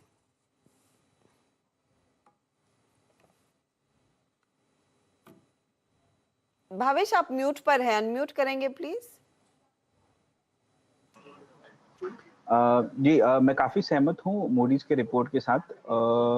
उन्होंने जो कहा है हिस्टोरिकली हाई से तो कम नीचे आए हैं प्राइजेस। एक 72,000 का प्राइस बना था, वहाँ से अब 65-66,000 रुपीज़ का प्राइस रियलाइजेशन काफ़ी अच्छा है। तो मुझे लगता है कि थोड़ा लंबे समय का अगर हम व्यू ले, बियॉन्ड 2 इयर्स, तो काफ़ी अच्छा लगता है। बट अब जो ये एक्सपोर्ट ड्यूटी लगाई है स्टील पे रिसेंटली, जो 23 मई को गवर्नमेंट ने, ये नियर टर्म में काफ़ी नेगेटिव रहेगा। तो मुझे लगता है कि जो ग्लोबली बहुत ही अच्छा सेंटीमेंट बना हुआ था, रशिया बहुत बड़ा एक्सपोर्टर था ग्लोबल मार्केट्स में, और उस पे सैंक्शंस लग के इंडिया को बहुत बड़ी अपॉर्चुनिटी मिलने वाली थी एक्सपोर्ट की, वो अब चली गई है because of this export duty. अब रियलाइजेशंस काफ़ी कम रहेंगे एक्सपोर्ट मार्केट में। उसके चलते डोमेस्टिकली थोड़ा ओवर सप्लाई हो जाएगा, बिकॉज इंडिया का 15% स्टील एक्सपोर्ट होता था। तो अब वो डोमेस्टिकली कहीं ना कहीं लोग ट्राई करेंगे कि वहीं पे हम लोग बेच दें, तो उसके चलते और ओवर सप्लाई हो जाएगी और स्टील के दाम थोड़े कम ही रहेंगे। तो नियर टर्म में अगर आपका 1-1.5 साल का व्यू है, तो मुझे लगता है कि मेटल्स में एक एंट्री पॉइंट बाद में कभी बनेगा, तो इसमें निवेश ना किया जाए। बट हाँ, अगर थोड़े लंबे समय 5 साल के पर्सपेक्टिव से बात करूं या इवन, तो अच्छा लगता है। इवन स्टील कंपनीज को भी कोई प्रॉब्लम नहीं, उन्होंने लास्ट 2 साल में काफ़ी अपना डेट रीपे कर दिया है, तो वो सब चीज़ें बहुत पॉजिटिव है। एक्सपेंशन प्लान भी उनकी चलती रहेंगी। ओनली प्रॉब्लम इसके नेक्स्ट अगले 6 महीने, अगर 8 महीने हम देखें, तो हमें कोई अपसाइड मेजर दिखता नहीं है स्टील कंपनियों पर स्पेसिफिकली, क्योंकि कल ही वो हम खबर बता भी रहे थे कि एनएमडीसी अपने फाइन और लंप के दामों में कटौती करेगा और वो आज कंपनी की तरफ से एक औपचारिक ऐलान भी आ गया है। ये एक पॉजिटिव रहेगा। क्या ये थोड़ा सा लीवे दे सकता है स्टील कंपनियों को? Not really actually. See, iron ore के प्राइस ज़्यादा गिरे। अगर आपके स्टील के प्राइस 15 दिन में 10-12% गिरे, तो आयरन ओर गिरा है 30% से। So but majority of the companies खुद की कैप्टिव माइन होती है इनकी, जो लार्ज कंपनीज है, तो उन्हें इतना फर्क नहीं पड़ता। ऑफ कोर्स वो लोग कुछ आयन और बाहर से भी खरीदते हैं, स्पेशली जेएसडब्ल्यू स्टील, पर आप देखोगे स्टील के भी दाम काफी गिर रहे हैं, तो ऐसा मेजर बेनिफिट दिख नहीं रहा है। बट इसमें बेनिफिट, बहुत बड़ा बेनिफिट तब होगा जब कोकिंग कोल प्राइस गिरेंगे, जो एक साल में 3 गुना हो चुके हैं, और हिस्टोरिकल हाई से तो बहुत गिरे ही है, $550 पर टन से लेके अब नियरली $390-380 पर टन पे, बट फिर भी उनका हिस्टोरिकल एवरेज तो समथिंग लाइक 150 या $200 रहा है। तो अगर वो गिर जाती है तो that can be a very big positive, but अभी तक ऐसा हुआ नहीं है, but will watch very closely. Okay Bhavesh, मैं ये पूछना चाह रहा था कि आपका जो मैनेजमेंट से इंटरेक्शन हुआ है या फिर कंपनियों से जो इंटरेक्शन हुआ है उसमें ये एक्सपोर्ट अगर आप देखें जब रेस्ट्रिक्ट किया गवर्नमेंट ने, उसमें बहुत सारी कंपनियों का, फॉर इंस्टेंस हमारा जीएसपीएल के साथ उस वक्त इंस्ट्रक्शन हुआ था, जो गुड्स इन ट्रांजिट थे वो इस वक्त क्या स्थिति में है, कैसी स्थिति में है, और एक्सपोर्ट रिस्ट्रिक्शन का सबसे सब्सटेंशियल लॉसेस या फिर उस मार्केट को लूज करने का जो इम्पैक्ट है वो कौन कौन सी कंपनियों पे देखते हैं आप, जिन्होंने एक्सपोर्ट मार्केट का काफी माइलेज दिया था, स्पेशली जेएसपीएल? यस, तो 2 companies, Jindal steel and power and JSW steel, इनका एक्सपोर्ट्स बहुत ज़्यादा है, तकरीबन 20 से 25% अब जितना भी प्रोड्यूस करते हैं वो एक्सपोर्ट करते हैं, तो इन पे इम्पैक्ट ज़्यादा रहेगा। जेएसडब्ल्यू स्टील और जेएसपीएल अगर आप देखें, इन 2 कंपनियों पे ज़्यादा इम्पैक्ट रहेगा। भवेश, अगर आप कह रहे हैं कि 5 साल का आउटलुक है तभी मेटल्स में निवेश कीजिए, 5 साल में कम से कम 2 बार ऐसा हो सकता है कि मेटल साइकिल रिवर्स हो जाए, तो इस वक्त कंप्लीटली मैं आपसे मानूं कि it's a complete avoid for the time में मेटल्स? जी हाँ, मुझे लगता है कि एक बेटर एंट्री पॉइंट मिलेगी एक पॉइंट पे, तो आई थिंक वेट करना चाहिए, मुझे करना चाहिए फॉर द टाइमिंग। अच्छा, एक बात ठीक है, अगर आप देखें वेट करना चाहिए, ये शायद अगर आप देखें एक अच्छा एंट्री पॉइंट नहीं है, लेकिन 2-3 प्रोस्पेक्टिव्स है, चाहे अगर आप डिमांड देखिए, फिर आप फिर देखिए, मतलब कुल मिला के top line, bottom line, then we have margins, 3-4 picture होती हैं, लेकिन वो कंपनियां भावेश, मान लीजिए मैं ये 5 साल का रिस्क लेना चाहता हूँ, मैं कमिटेड रहना चाहता हूँ मेटल्स पर, मेरे पास जो होल्डिंग मैं काटूंगा भी नहीं, सबसे प्रिफर्ड आपका स्टॉक कौन सा होगा, स्पेशली जिसने इस पूरी साइकिल में अपने आप को डीलेवरेज काफ़ी अच्छा किया है और सब्सटेंशियली जो डिमांड अब घट रही है, तो वहाँ पे ये रिस्क भी नहीं है कि साहब के ये बहुत ज़्यादा अंडर यूटिलाइज हो जाएंगे जिन्होंने कैपेसिटी भी हाइक ना करी हो? मुझे लगता है कि टाटा स्टील में ज़्यादा अपॉर्चुनिटी बन सकती है, अगर बनेगी तो बाद में, क्योंकि इस टाटा स्टील सबसे कम एक्सपोर्ट करता है ये सब चारों कंपनीज में। एंड सेकेंडली यूरोप में आई थिंक डिमांड काफ़ी अच्छा हुआ है, बिकॉज उनके जो यूरोपियन ऑपरेशंस वो काफ़ी अच्छा करेंगे अभी, क्योंकि रशिया पे सैंक्शंस लग गए, तो स्टील के दाम यूरोप में अच्छे रहेंगे, और जो यूरोपियन ऑपरेशंस है उनके बहुत बड़ा प्रॉब्लम रहा है लास्ट 15 साल से टाटा स्टील के लिए, तो अगर वहाँ पे थोड़ा बेटर रहेगा माहौल यहाँ से, तो उनका डीलिवरेजिंग और भी चलते जाएगा, उनका केपेक्स भी इंडिया में जो चल रहा है चलते जाएगा, तो आई थिंक टाटा स्टील काफ़ी बेटर है। बट मुझे लगता है जब भी समय आएगा, आई थिंक ये सारी कंपनियां अच्छी करेंगी, even JSPL, JSW, you can't even SAIL भी काफ़ी गिर चुका है, तो इवेंचुअली अपॉर्चुनिटी तो सब में ही बनेगी। इवेंचुअली अपॉर्चुनिटी सब में बनेगी, लेकिन फिलहाल थोड़ा सा साइडलाइंस पर है ये काउंटर्स, और इन लेवल्स पर खरीदारी से बचे, नीचे आपको और सस्ते में मिलेंगे। बहुत बहुत शुक्रिया हमारे लिए समय निकालने के लिए भावेश, और अपनी राय देने के लिए। हमारे साथ अब एक बड़ा चेहरा बाजार का देवेंद्र चौकसी जुड़ गए हैं। Devendra sir, good afternoon. Clearly market बहुत डिफिकल्ट हो गया है, आई एम श्योर आप लोग भी चर्चा करते होंगे जब आपसे क्लाइंट लोग फोन करके पूछते हैं क्या करना क्या है, इस समय अप्रोच क्या रहे। इंडेक्स पर ट्रेड तो बहुत ही मुश्किल है, लेकिन क्या आपको इक्वल अपॉर्चुनिटी, अट्रैक्टिव वैल्यूएशंस इस मार्केट में दिख रहे हैं स्टॉक्स में, या फिर अभी भी कुछ महंगे हैं? Harshada, good afternoon. मार्केट में प्राइस करेक्शन आना डेफिनेटली आई थिंक हम कैलकुलेट करके चल रहे थे, और कारण कोई भी हो, but I think price correction आना जरूरी बनता है मार्केट के हेल्थी मूवमेंट के लिए। तो डेफिनेटली ये साल हमने एक शुरुआत के समय के अंदर एक प्रोजेक्शन रखा था कि पहले 6 महीने के लिए मार्केट एक ट्रेडिंग जोन में रहेगा and I think downside would be there in the market, so every fall would become a buy opportunity in the market. I think by and large market is playing out on the same assumption which we have done. मेरा ऐसा मानना है कि जो हिसाब से first quarter की शुरुआत हुई है उसके अंदर काफी हद तक हम देख रहे हैं कि companies are talking about I think pressure on margin and significant amount pressure on margin. Commodity prices are definitely I think the one which one can blame for. तो ये हिसाब से I think देखा जाए तो ये quarter is probably going to be a severe test for most of the companies as far as I think the margin is concerned. दूसरी तरफ डिमांड सिनेरियो देखें तो डिमांड सिनेरियो काफी हद तक बरकरार है. By and large, the most of the companies are talking about I think having good demand, and to a greater extent I think because of the higher demand, थोड़ा margin का pressure इतना जितना होना चाहिए उतना नहीं लगेगा. बट फिर भी I think overall I think we will be seeing some amount of I think pressure getting reflected into the books. ये साल के अंदर दूसरी चीज हम देखेंगे कि ये क्वार्टरली जो रिजल्ट आएंगे उसके अंदर गए साल के जो हायर बेस है उसके ऊपर ये साल का रिजल्ट कंपेयर होएगा. तो ऑब्वियसली आई थिंक यहाँ पे आपका हायर बेस के ऊपर आई थिंक एक ग्रोथ कम दिखेगा. यहाँ पे जो हम लोग ने गए साल में देखा था ग्रोथ, आई थिंक उसके सामने ये साल में ग्रोथ प्रॉफिट के अंदर कम दिखे. तो ये दोनों चीज के ऊपर ध्यान देते हुए मैं ऐसा समझता हूँ कि ये क्वार्टर के रिजल्ट के साथ में मार्केट में जो कोई गिरावट आती है वो गिरावट मार्केट के अंदर एक बाइंग अपॉर्चुनिटी बनेगी. And if there is a significant amount of fall for a reason like any kind of capitulation activity which may happen due to war related negative news और एनीथिंग, वो भी reason I think market के लिए एक अच्छी entry point रहेगी. Overall second half of the financial year मेरा ऐसा मानना है कि मार्केट संभल के अच्छी तरह से अपने अपसाइड मूव तरफ आगे बढ़ेगा. But first half is becoming I think more and more demanding and challenging as far as I think the investors are concerned.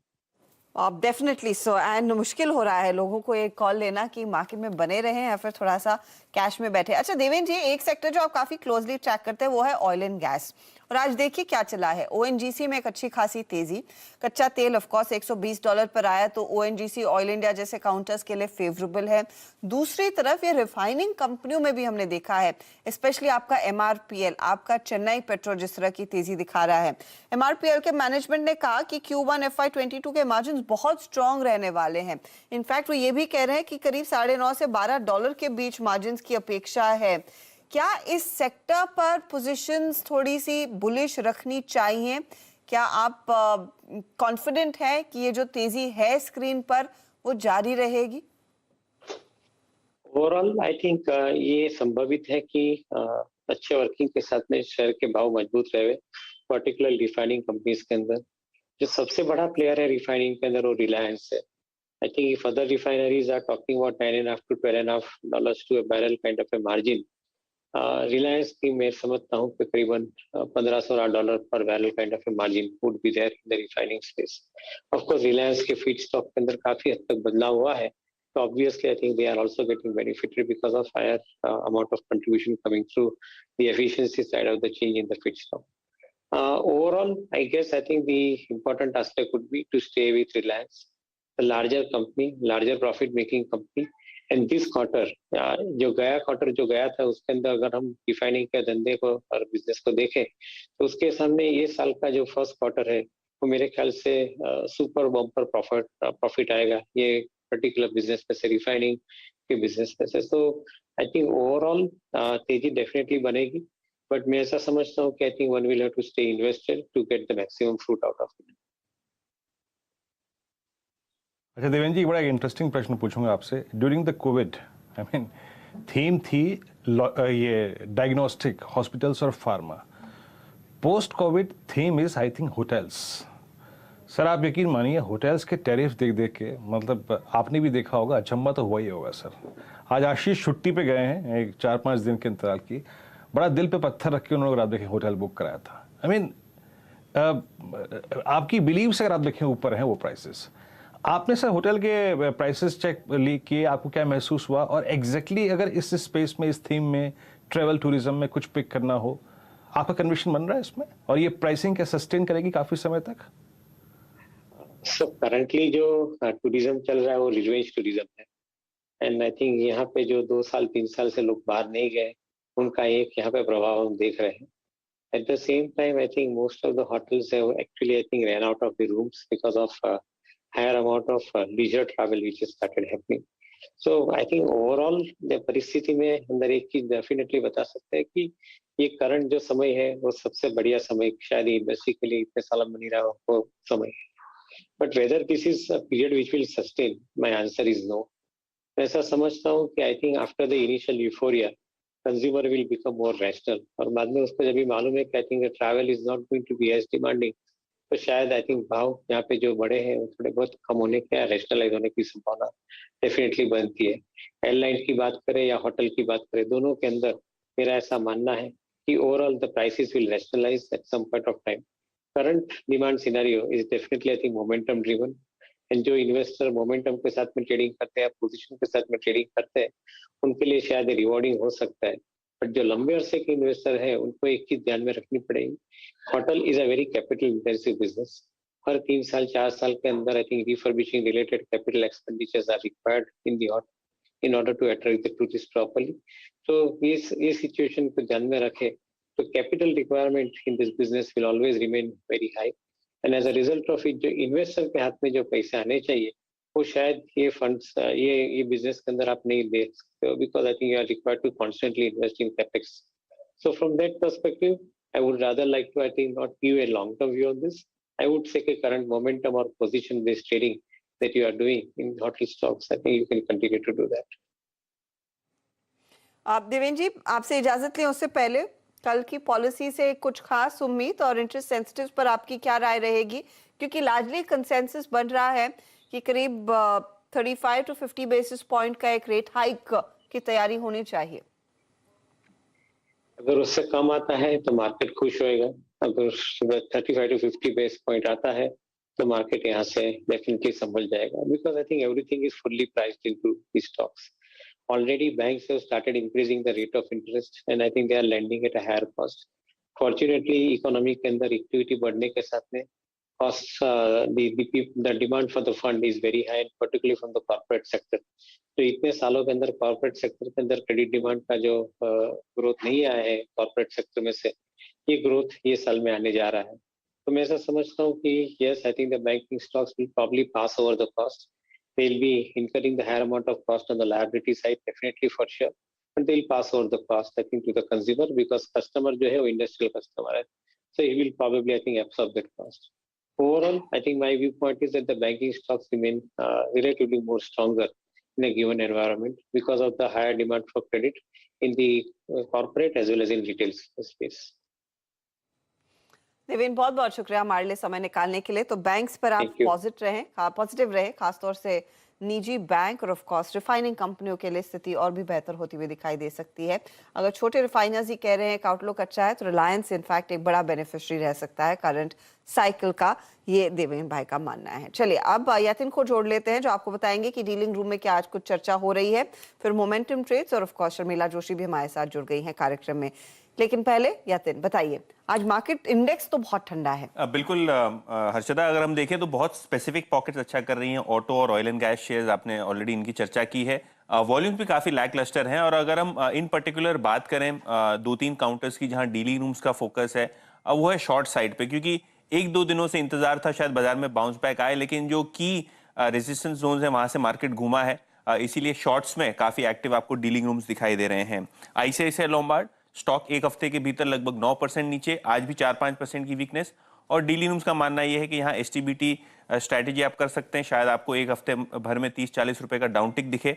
Block deal की भी यहाँ बाजार में बज है, कोई कंफर्मेशन हालांकि हमारे पास है नहीं, लेकिन अगर हम बात करें तो एचएनआईज काफी यहाँ एक्टिवली शॉर्ट पोजीशंस अपनी बना रहे हैं. इसके अलावा डेल्टा कॉप पे नजर रखिए. ओपन इंटरेस्ट अगर आप देखें मार्केट वाइड लिमिट का लगभग 109% हो गया है. तो लगभग ये तय है कि ये स्टॉक एफएनओ बैन में आपको कल जाता हुआ दिखाई देगा. और हमने ये ऑब्जर्व किया है कि जनरली जब एफएनओ बैन में स्टॉक जाता है तो यहाँ डाउन टिक्स आपको देखने को मिलते हैं. ओपन इंटरेस्ट में लगभग 8% का इजाफा, फ्रेश शॉर्ट्स देखे गए हैं. और डीलिंग रूम्स को लगता है कि 185 से लेकर 190 तक के लेवल्स आपको डाउन साइड में डेल्टा कॉप में दिखनी चाहिए. डेल्टा कॉप में और डाउन साइड हो सकता है. सिक्योरिटी इन बैन पीरियड्स में याद रखेंगे स्टॉक जा सकता है. और यतिन बहुत बहुत शुक्रिया. आप आए तो कम से कम एक चीज़ तो हुई कि ले दे के निफ्टी आप और देवेंद्र जी ने मिलकर लगभग 60 पॉइंट तो निफ्टी बैंक चला ही दिया, वरना आंखें थक गई अगर आप देखें निफ्टी को देखते देखते। वही 2 बजे से लेकर अब तक 30 पॉइंट के दायरे में निफ्टी और करीब करीब 80 पॉइंट के दायरे में यकीन मानिए निफ्टी बैंक घूम रहा है, स्थिर, नो मूवमेंट व्हाटसोएवर। लेकिन डेल्टा कॉर्प पे आपने शॉर्ट की बात की या फिर डाउनसाइड की बात करी, ये स्टॉक पहले से ही काफ़ी कोलैप्स हो रहा है और आपकी स्क्रीन पर 196.85 का स्तर यहाँ पर है। हमारे साथ अब जुड़ चुके हैं इस कार्यक्रम में शर्मिला जोशी जी भी और प्रकाश का बस एक बार फिर से जुड़ चुके हैं।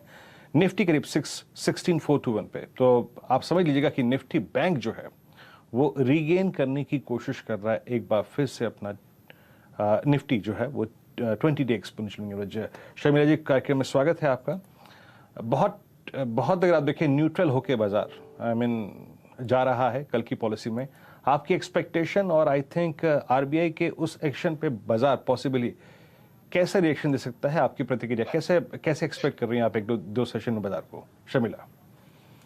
हाँ बिल्कुल, आई थिंक जो मार्केट एक्सपेक्ट कर रहा है that is in the price, क्योंकि जैसे मैं सुबह से चर्चा सुन रही हूँ, अलग अलग लोग कह रहे हैं कि बिटवीन 35 बिट्स टू 50 बिट्स और मार्केट उसका इंडिकेशन दे रहा है। सो आई थिंक क्लियरली अगर 35 बिट्स या उससे कम करता है आरबीआई तो मार्केट विल चेयर दैट, और अगर इसी रेंज में रहा तो मे बी थोड़ा यहाँ से मार्केट करेक्ट होगा। लेकिन उससे अगर ज्यादा हुआ और या तो कोई इस तरह की कमेंट्री खराब आई आरबीआई की तरफ से कि और रेट हाइक हो सकते हैं कि we are eyeing the inflation very closely, इस तरह के अगर हॉकिश स्टेटमेंट्स आते हैं तो perhaps we could see a further correction from here. But broadly I think कि यहाँ से चीजें सुधरेगी, बिकॉज आई डोंट थिंक कि RBI is going to sound very dovish about hawkish about inflation, और इसी रेंज में रेट हाइक आनी है और बैंक्स ने ऑलरेडी पास ऑन चालू भी कर दिया है। So I think it's now sort of in the price, but it remains to be seen. और जैसे कि आपने कहा दिस इज द मार्केट जो सबको थका रहा है, बिकॉज ना बुल्स कुछ कर पा रहे हैं ना बेयर्स कुछ कर पा रहे हैं, everybody is sort of sitting on the fence wondering which way things will go. तो इस तरह के मार्केट्स रहते हैं वो जो 9:30 से 3:30 बजे का समय रहता है, it can't and sort of too soon, बहुत ही थकान होती है। एक्चुअली थकाने वाला मार्केट है। नॉर्मली शर्मिला ट्रेडमिल पर तो आप जाओ या तो दिल की तसल्ली होती कि भाग लिए हैं या थोड़ा सा कैलोरी कम हो गया, यहाँ पर कुछ नहीं हो रहा है, बस भागते जा रहे हो और कुछ नहीं हो रहा है, बस स्ट्रेस बढ़ता हुआ दिखाई दे रहा है। ये मार्केट वैसा ही है। लेकिन शर्मिला, क्योंकि हम बात कर रहे हैं कि कल पॉलिसी में क्या होगा, ये आज ऑटो कंपनियों में अचानक लास्ट हाफ आवर में कुछ तेजी आना शुरू हुई। आपका Tata motors closer to 1%, M&M में थोड़ा सा ट्रैक्शन आया, आयशर में थोड़ा सा ट्रैक्शन आया। अगर ये रेट्स बढ़ते रहे तो जो हमने देखा है डिमांड का सिनेरियो था, क्या वो जारी रहेगा इन कंपनियों के लिए या फिर वो बहुत ही माइन्यूट डिटेल है? नहीं, आई थिंक डिमांड में इतनी दिक्कत नहीं है जितनी कि जो पूरा चिप शॉर्टेज सिचुएशन रहा उस वजह से हुई। और जो 3 कंपनीज आपने जिनका नाम जिक्र आपने किया उनकी अलग अलग अपनी स्टोरी है। M&M of course they are days away from RBI की उनके कोई नई ऐड आई थी उनके नए एसयूवी को लेकर। Tata motors has been the flavour because of that whole electric vehicle game, और मुझे लगता है वो एक ऐसी स्टोरी है जो मार्केट को बहुत पसंद आई है। और आए दिन हम इस तरह के स्टेटमेंट्स पढ़ते हैं, सुनते हैं ग्लोबली जिस तरह से शिफ्ट है इलेक्ट्रिक व्हीकल्स की तरफ। So the only listed player in the Indian context जहां पर पैसेंजर कार्स अच्छी बिक रही है दैट इज टाटा मोटर्स, तो उसको उसका बेनिफिट मिलना है। And I think the whole the tractor and commercial vehicle bit which is playing out both for Mahindra and Eicher, so and maybe Escorts also, so उनकी अलग वजह है, बट पैसेंजर व्हीकल्स मेरे हिसाब से थोड़े स्लो रहेंगे टू जॉइन द रैली। और मुझे लगता है उससे स्लो शायद 2 व्हीलर रह सकते हैं, बिकॉज वहां पर आई थिंक और दिक्कतें आएंगी। उन्हीं saving grace for them will be कि अगर अच्छा स्ट्रॉन्ग मॉनसून रहा तो हम उसमें डिमांड पिकअप देखेंगे।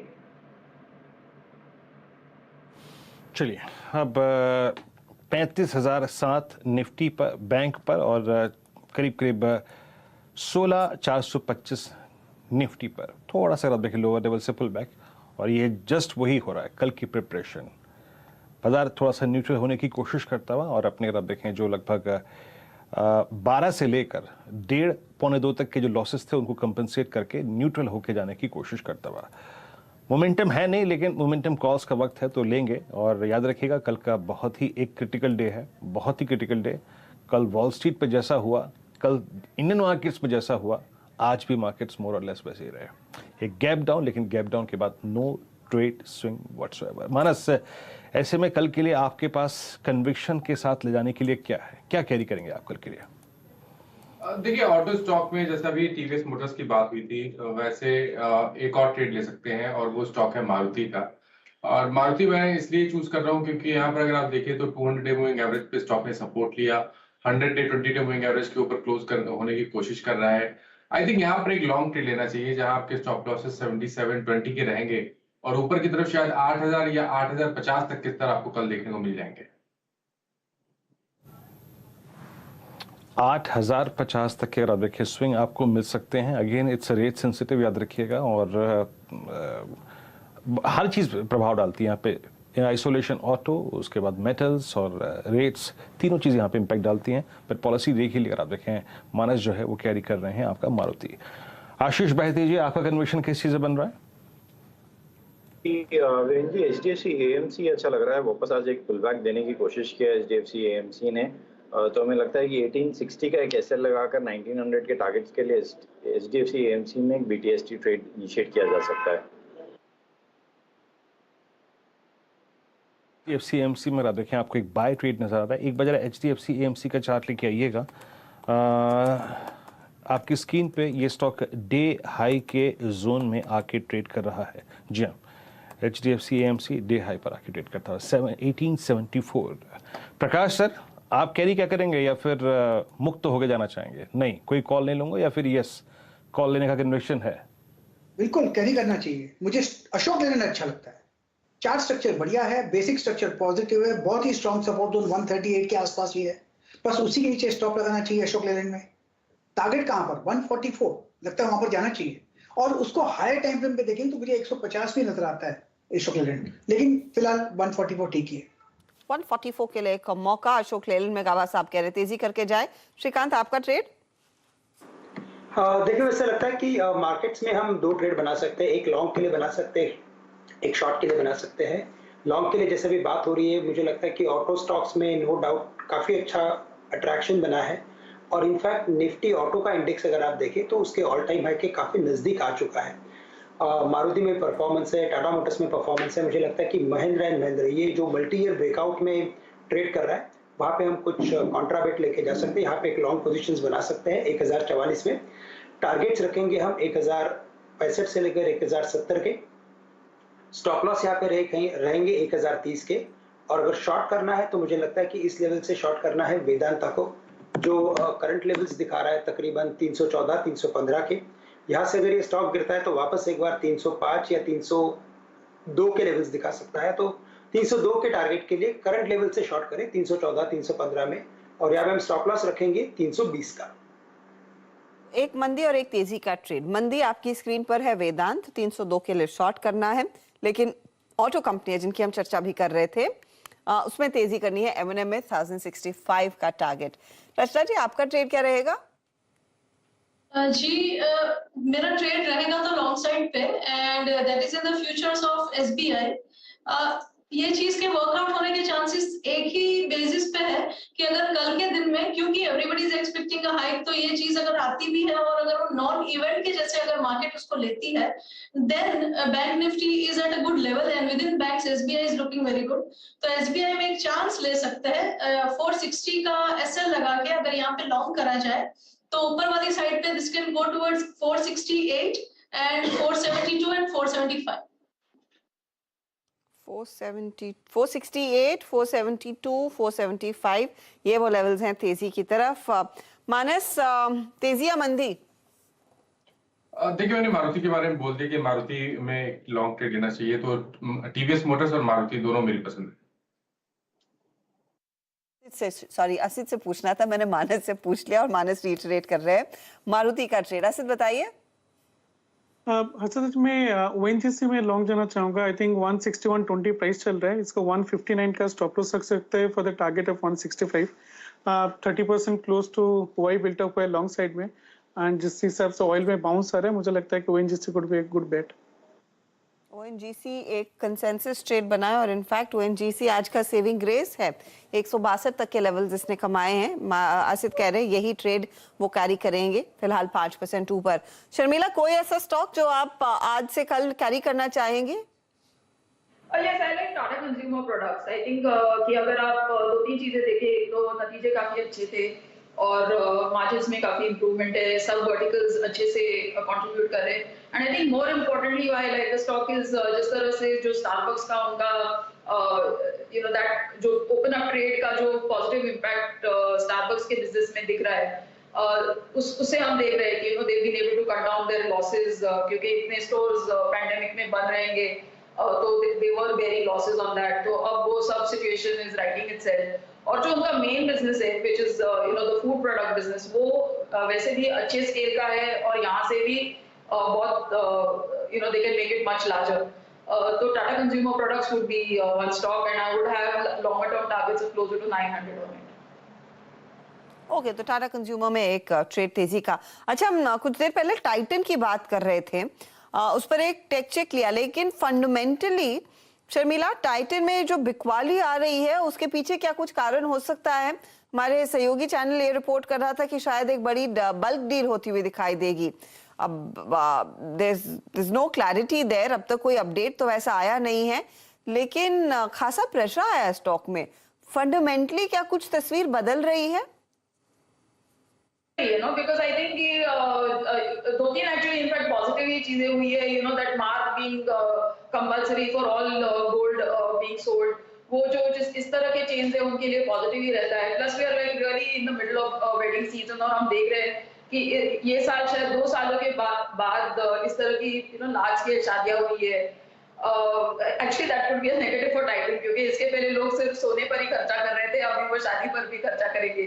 लेकिन you know I don't think anybody really cuts there, यानी जो आपको खर्चा करना है शादी के समय सोने पे वो आप करते ही हो। तो मेरे हिसाब से इस तरह का फंडामेंटली कुछ वीक ट्रेंड मैंने तो सुना है ना पढ़ा है, but may be this block deal की जो खबर है उससे थोड़ा स्टॉक पर प्रेशर हो सकता है। ओके, चलिए, तो अगर आप देखिए टाइटन पे आपका ये व्यू था, बहुत ही अगर आप देखिए पिनबुल लॉस स्टॉक निकलता हुआ। अच्छा मानस, एक स्टॉक की प्लेसमेंट देखिएगा, आई मीन पॉसिबली शायद ये कि बीटीएसटी ट्रेड का कैंडिडेट होता अगर सिर्फ आइसोलेशन पे हम इस स्टॉक को देखते तो। Let's bring Bharti. ये पॉइंट हम पहले सुबह मॉर्निंग में भी काफ़ी डिस्कस कर चुके हैं कि हिस्टोरिकली अगर आप सिर्फ कोविड काल को हटा दें तो 2019 ऑनवर्ड्स भारतीय एयरटेल का अपने 200 डेमा से काफ़ी स्ट्रॉन्ग कोरिलेशन रहा है, उसको होल्ड करता है डिसाइसिवली, उसके नीचे 1-2 सेशन से ज़्यादा टिकता नहीं है। आज का ये स्ट्रॉन्ग मूव, आज के वॉल्यूम्स, 200 डेमा को फिर रिगेन करना, स्ट्रॉन्ग बॉडी क्रिएट होना, क्या कन्विक्शन आ रहा है आपको, या फिर ट्रेड से ज़्यादा एक वैल्यू बाइंग नजर आ रही है क्या आपको इस प्राइस में? देखिए, जगह बहुत अच्छी है क्योंकि स्टॉक ने, जैसा आपने पहले ही मेंशन किया कि 200 डे मूविंग एवरेज के आसपास लगातार स्टॉक ने सपोर्ट लिया है काफी सालों से, तो जगह काफी अच्छी है। लेकिन देखिए, कॉन्फिडेंस तब आएगा जब स्टॉक अपनी 20 डे मूविंग एवरेज को ब्रेक करेगा, उसके ऊपर की क्लोजिंग देगा। तो एग्रेसिव होके खरीदारी करेंगे तो 700 रुपए के ऊपर ही करेंगे, उससे पहले नहीं करेंगे। लेकिन अगर लॉन्ग पोजीशन है तो मेरे हिसाब से बिल्कुल बने रहिए 674 के स्टॉप लॉस के साथ। ओके, 674 के स्टॉप लॉस के साथ, ट्रेलिंग स्टॉप लॉस के साथ अपनी पोजीशंस पे आप कमिटेड रह सकते हैं। आज का जो दिल जीतने वाला स्टॉक है वो है टीवीएस मोटर्स। यकीन मानिए 343, आई मीन ठीक, हम आपको याद होगा इससे पहले बात भी करते हुए आए हैं कि एक प्रोडक्ट लॉन्चेस जिस प्रकार से लाइंड अप थे एम के, बहुत स्ट्रॉन्ग स्टॉक है, अपने हिस्टोरिकल हाइस को रीगेन कर रहा है, फिर क्रॉस कर रहा है, फिर ऑल टाइम हाई क्रिएट कर दिया, and same is the case with TVS motor. और टू व्हीलर सेगमेंट में सबसे स्ट्रॉन्ग, और फंड रेस की खबर के बाद अगर आप देखें इसमें कितना स्ट्रॉन्ग मूव आया है 742, आई थिंक ये इसका थर्ड या फोर्थ अगर आप देखें बेस्ट क्लोज होगा। इससे पहले ये प्राइस रेंज थी नवंबर 2021 में, मानस का कॉल भी था ये, और स्ट्रॉन्ग लॉन्ग वेरिएशंस। ये बाहिती साहब, ये 750 की कॉल, 760 की कॉल लेनी कैसी रहेगी, इसमें कैरी करनी? टीवीएस मोटर्स काफ़ी अच्छा दिख रहा है और जिस हिसाब से और जिस प्राइस पे मानस जी ने भी उसे अप्रोच किया था वो काफ़ी अट्रैक्टिव था। 760 की कॉल जो 18 रुपए करीब चल रही है अभी, उसमें एक पोजीशन बनाई जा सकती है। मेरे ख्याल से 14 रुपए का एक स्टॉप लॉस मेंटेन करना और जिस हिसाब से टीवीएस मोटर्स मूव कर रहा है, हमें लगता है कि इसमें 25 तक के भाव देखने में मिल सकते हैं। 25 तक के अगर आप देखें भाव देखने को मिल सकते हैं। 760 की कॉल पे मानस ने अगर आप देखें अपना व्यू दिया था, मैं यहाँ पे जस्ट सेकंड व्यू दिया था, यहाँ पे सेकंड ओपिनियन। फिर लेके आइए आप होटल्स की ट्रेजेक्ट्री में। एक बार इंडियन होटल्स बहुत स्ट्रांग था और आप एक लेमन ट्री देखिए स्पॉट में कैश का स्टॉक है ये, डे हाई की ट्रेजेक्ट्री में आके ट्रेड करता हुआ शानदार मूव हुआ। आपकी राय क्या होगी श्रीकांत इस स्टॉक पे 6850 और ये जो टिपिकल फ्लैग फ्लोट कर रहा है बिटवीन आई थिंक 24 फरवरी से लेकर अब तक, अगर 70 के ऊपर 71 के ऊपर एक डिसाइसिव क्लोज देता है तो उन सर्कमस्टेंसेस में, उन हालात में क्या टारगेट्स होंगे इस स्टॉक के? वीरेंद्र, आप जोमेटो के बारे में बात कर रहे हैं? नहीं आप कहीं और चले गए Shrikant. Lemon Tree okay, sorry, नहीं वॉइस बीच में ड्रॉप हो गया था। ओके, लेमन ट्री जैसे ये अभी थोड़ी देर पहले हमने शायद टूरिज्म, ट्रैवल एंड टूरिज्म के ऊपर बात की थी और तब जो एक डिस्कशन हुआ था उसके बेसिस पे मुझे तो लगता है कि ये जो सेक्टर है वो डेफिनेटली आगे जाके और भी अच्छा परफॉर्मेंस देगा, काफ़ी अच्छे रिटर्न्स मिल सकते हैं। और जैसे अभी थोड़ी देर पहले और एक बात हुई कि शायद गोल्ड पे खर्चा कम हो रहा है, तो यस, यकीनन ये जो खर्चा है वो अभी ट्रैवल और टूरिज्म की तरफ बढ़ते जा रहा है और हमें लगता है कि ये खर्चा एक्सपोनेंशियली और बढ़ेगा। तो हमें लगता है कि इंडियन होटल्स हो या लेमन ट्री हो, बिल्कुल इससे लॉन्ग करके चले। नो डाउट कि वैल्यूएशन मैटर्स ऑलवेज, और लेमन ट्री जो है वो अपने वैल्यूएशंस के काफ़ी ऊपर ट्रेड कर रहा है। अगर टेक्निकली भी अगर आप देखें तो करंट लेवल से अराउंड 70-72 स्टॉक के लिए एक बड़ा रेजिस्टेंस है। बट अगर यहाँ से मीडियम टू लॉन्ग टर्म का अगर व्यू है तो मुझे लगता है कि लेमन ट्री को भी खरीदा जा सकता है और इंडियन होटल्स को भी खरीदा जा सकता है, जो यहाँ से तकरीबन हमें लगता है कि 30 से 35% रिटर्न्स दे सकते हैं। श्रीकांत, ऐसा है कि वीरू छुट्टी प्लान करते करते रह गए, अब होटल स्टॉक्स देखकर ही खुशी मना रहे हैं। ठीक है, जब भी होटल स्टॉक्स देखते थे फिर चेक करते थे टैरिफ क्या है, टैरिफ अफोर्ड नहीं हुआ तो बोले स्टॉक से ही काम चला लिया जाए। लेकिन इस समय फाइनली कुछ बुक कर लिया है मैंने, बताओ आज ही बुक करा है। श्रीकांत को जोड़ रहे थे, फाइनली कुछ बुक कर लिया, लेकिन बता रहा हूँ वीरेंद्र, साथ ही साथ मुझे लगता है कि इन सब स्टॉक्स में इन्वेस्ट करना भी उतना ही जरूरी है ताकि आगे जाके वो रिग्रेट ना हो। आपके इन्वेस्टमेंट्स भी रहेंगे और आप उन्हीं इन्वेस्टमेंट्स के साथ आप बाकी सब जो भी आपके ट्रैवल्स है आप उसे एंजॉय कर सकते हैं। मैंने इन होटल के शेयर धारकों को डिस्काउंट मिलता है वीरू। हाँ नहीं, मैं कह रहा हूँ कि देखिए हम तो एक्सपोजर म्यूचुअल फंड्स के थ्रू लेते हैं। हाँ नहीं, हम तो होगा डेफिनेटली, मेरा फंड मैनेजर देता होगा इस पर exposure, no doubt. Mutual funds के थ्रू जाता है हमारा पैसा मार्केट में, ऐसी बात नहीं है। आजा अब, और आप देखिए इंडिगो की प्लेसमेंट देखिए, आई मीन 1824 डे हाई पर। और इस चार्ट की खूबी क्या है देखिए, इसी थोड़ा सा रहते हैं इस स्टॉक पे। नवंबर 2020 से लेके अब तक इसने एक बहुत ब्यूटीफुल सा एक बेस क्रिएट कर रखा है, आप समझ लीजिएगा इंडिगो ने। श्रीकांत, मैं गलत तो नहीं हूँ? और ये बेस आता है 1500 और 1550 के बीच में। और आप एक अगर रिस्क लें, अगर एक ब्लाइंड भी रिस्क लें 1600 6020 पे, तो वो पैसा बना के देता है। बट नाउ वो जो पुल बैक है वहां से 1550 की ट्रैजेक्टरी से वो एक निर्णायक लेवल पे जा रहा है। It's now crossing 200 day exponential average. आपका टेक क्या होगा इस स्टॉक पे? बिल्कुल वीरेंद्र, इनफैक्ट ये स्टॉक ने अच्छा खासा डबल बॉटम किया है। आपने जैसे बताया वैसे कि 1600 के करीब इसमें मल्टीपल बॉटम्स बने हैं और अगर एक बड़े गैप के साथ अगर डबल बॉटम बनता है तो मुझे लगता है कि वो फॉर्मेशन ऑलवेज प्रॉमिसिंग होता है। यानी हमें नहीं लगता कि जल्दी से ये स्टॉक 1550 या 1600 के लेवल्स तोड़ेगा, लेकिन आने वाले दिनों में हमें लगता है कि ये स्टॉक कम से कम 2000 के ऊपर ट्रेड करते हुए नजर आएगा। करंट लेवल्स पे नो डाउट कि क्रूड के पीछे काफी सारी दिक्कतें हैं और पूरा मार्केट उसी के पीछे एक्चुअली दौड़ रहा है, लेकिन हमें लगता है कि ये स्टॉक काफी स्टेबल स्टैग्नेंट है और जैसे ही क्रूड में थोड़ी सी भी अगर नरमी अगर आती है तो हमें लगता है कि फिर ये स्टॉक बिल्कुल चलेगा। हमारे इनफैक्ट फंडामेंटल टारगेट्स 2500 के आसपास के हैं और हमें लगता है कि ऑन एवरी डिप इसे लॉन्ग करके चल सकते हैं। तो एक अपॉर्चुनिटी इंटरग्लोब एविएशन में भी साफ दिखाई दे रही है। अच्छा, एक कैश मार्केट का ट्रेड जो स्क्रीन पर आया है, जाते जाते गावा साहब प्लीज फीनिक्स मिल्स पर नजर डाल लीजिए। क्या कल इसमें एक्शन ये जो आज आया है जारी रहेगा? चार्ट की तरफ, चार्ट से क्या इंडिकेशन है? 2.5% अचानक भागा है। पर 1100 एक स्ट्रॉन्ग सपोर्ट जोन है, एक शॉर्ट टर्म टाइम फ्रेम पे, हायर टाइम फ्रेम बेसिस पर ये स्ट्रक्चर पॉजिटिव है, इसमें जो भी डिप्स आती है खरीदारी का मौका रहता है। बाउंस जो मिला है आज अच्छी जगह से हुआ है फिनिक्स मिल में, तो मुझे लगता है 1200 की तरफ जाएगा, मैटर ऑफ टाइम। पहला टारगेट रहेगा 1180, स्टॉप लगाना चाहिए 1100 का फिनिक्स मिल।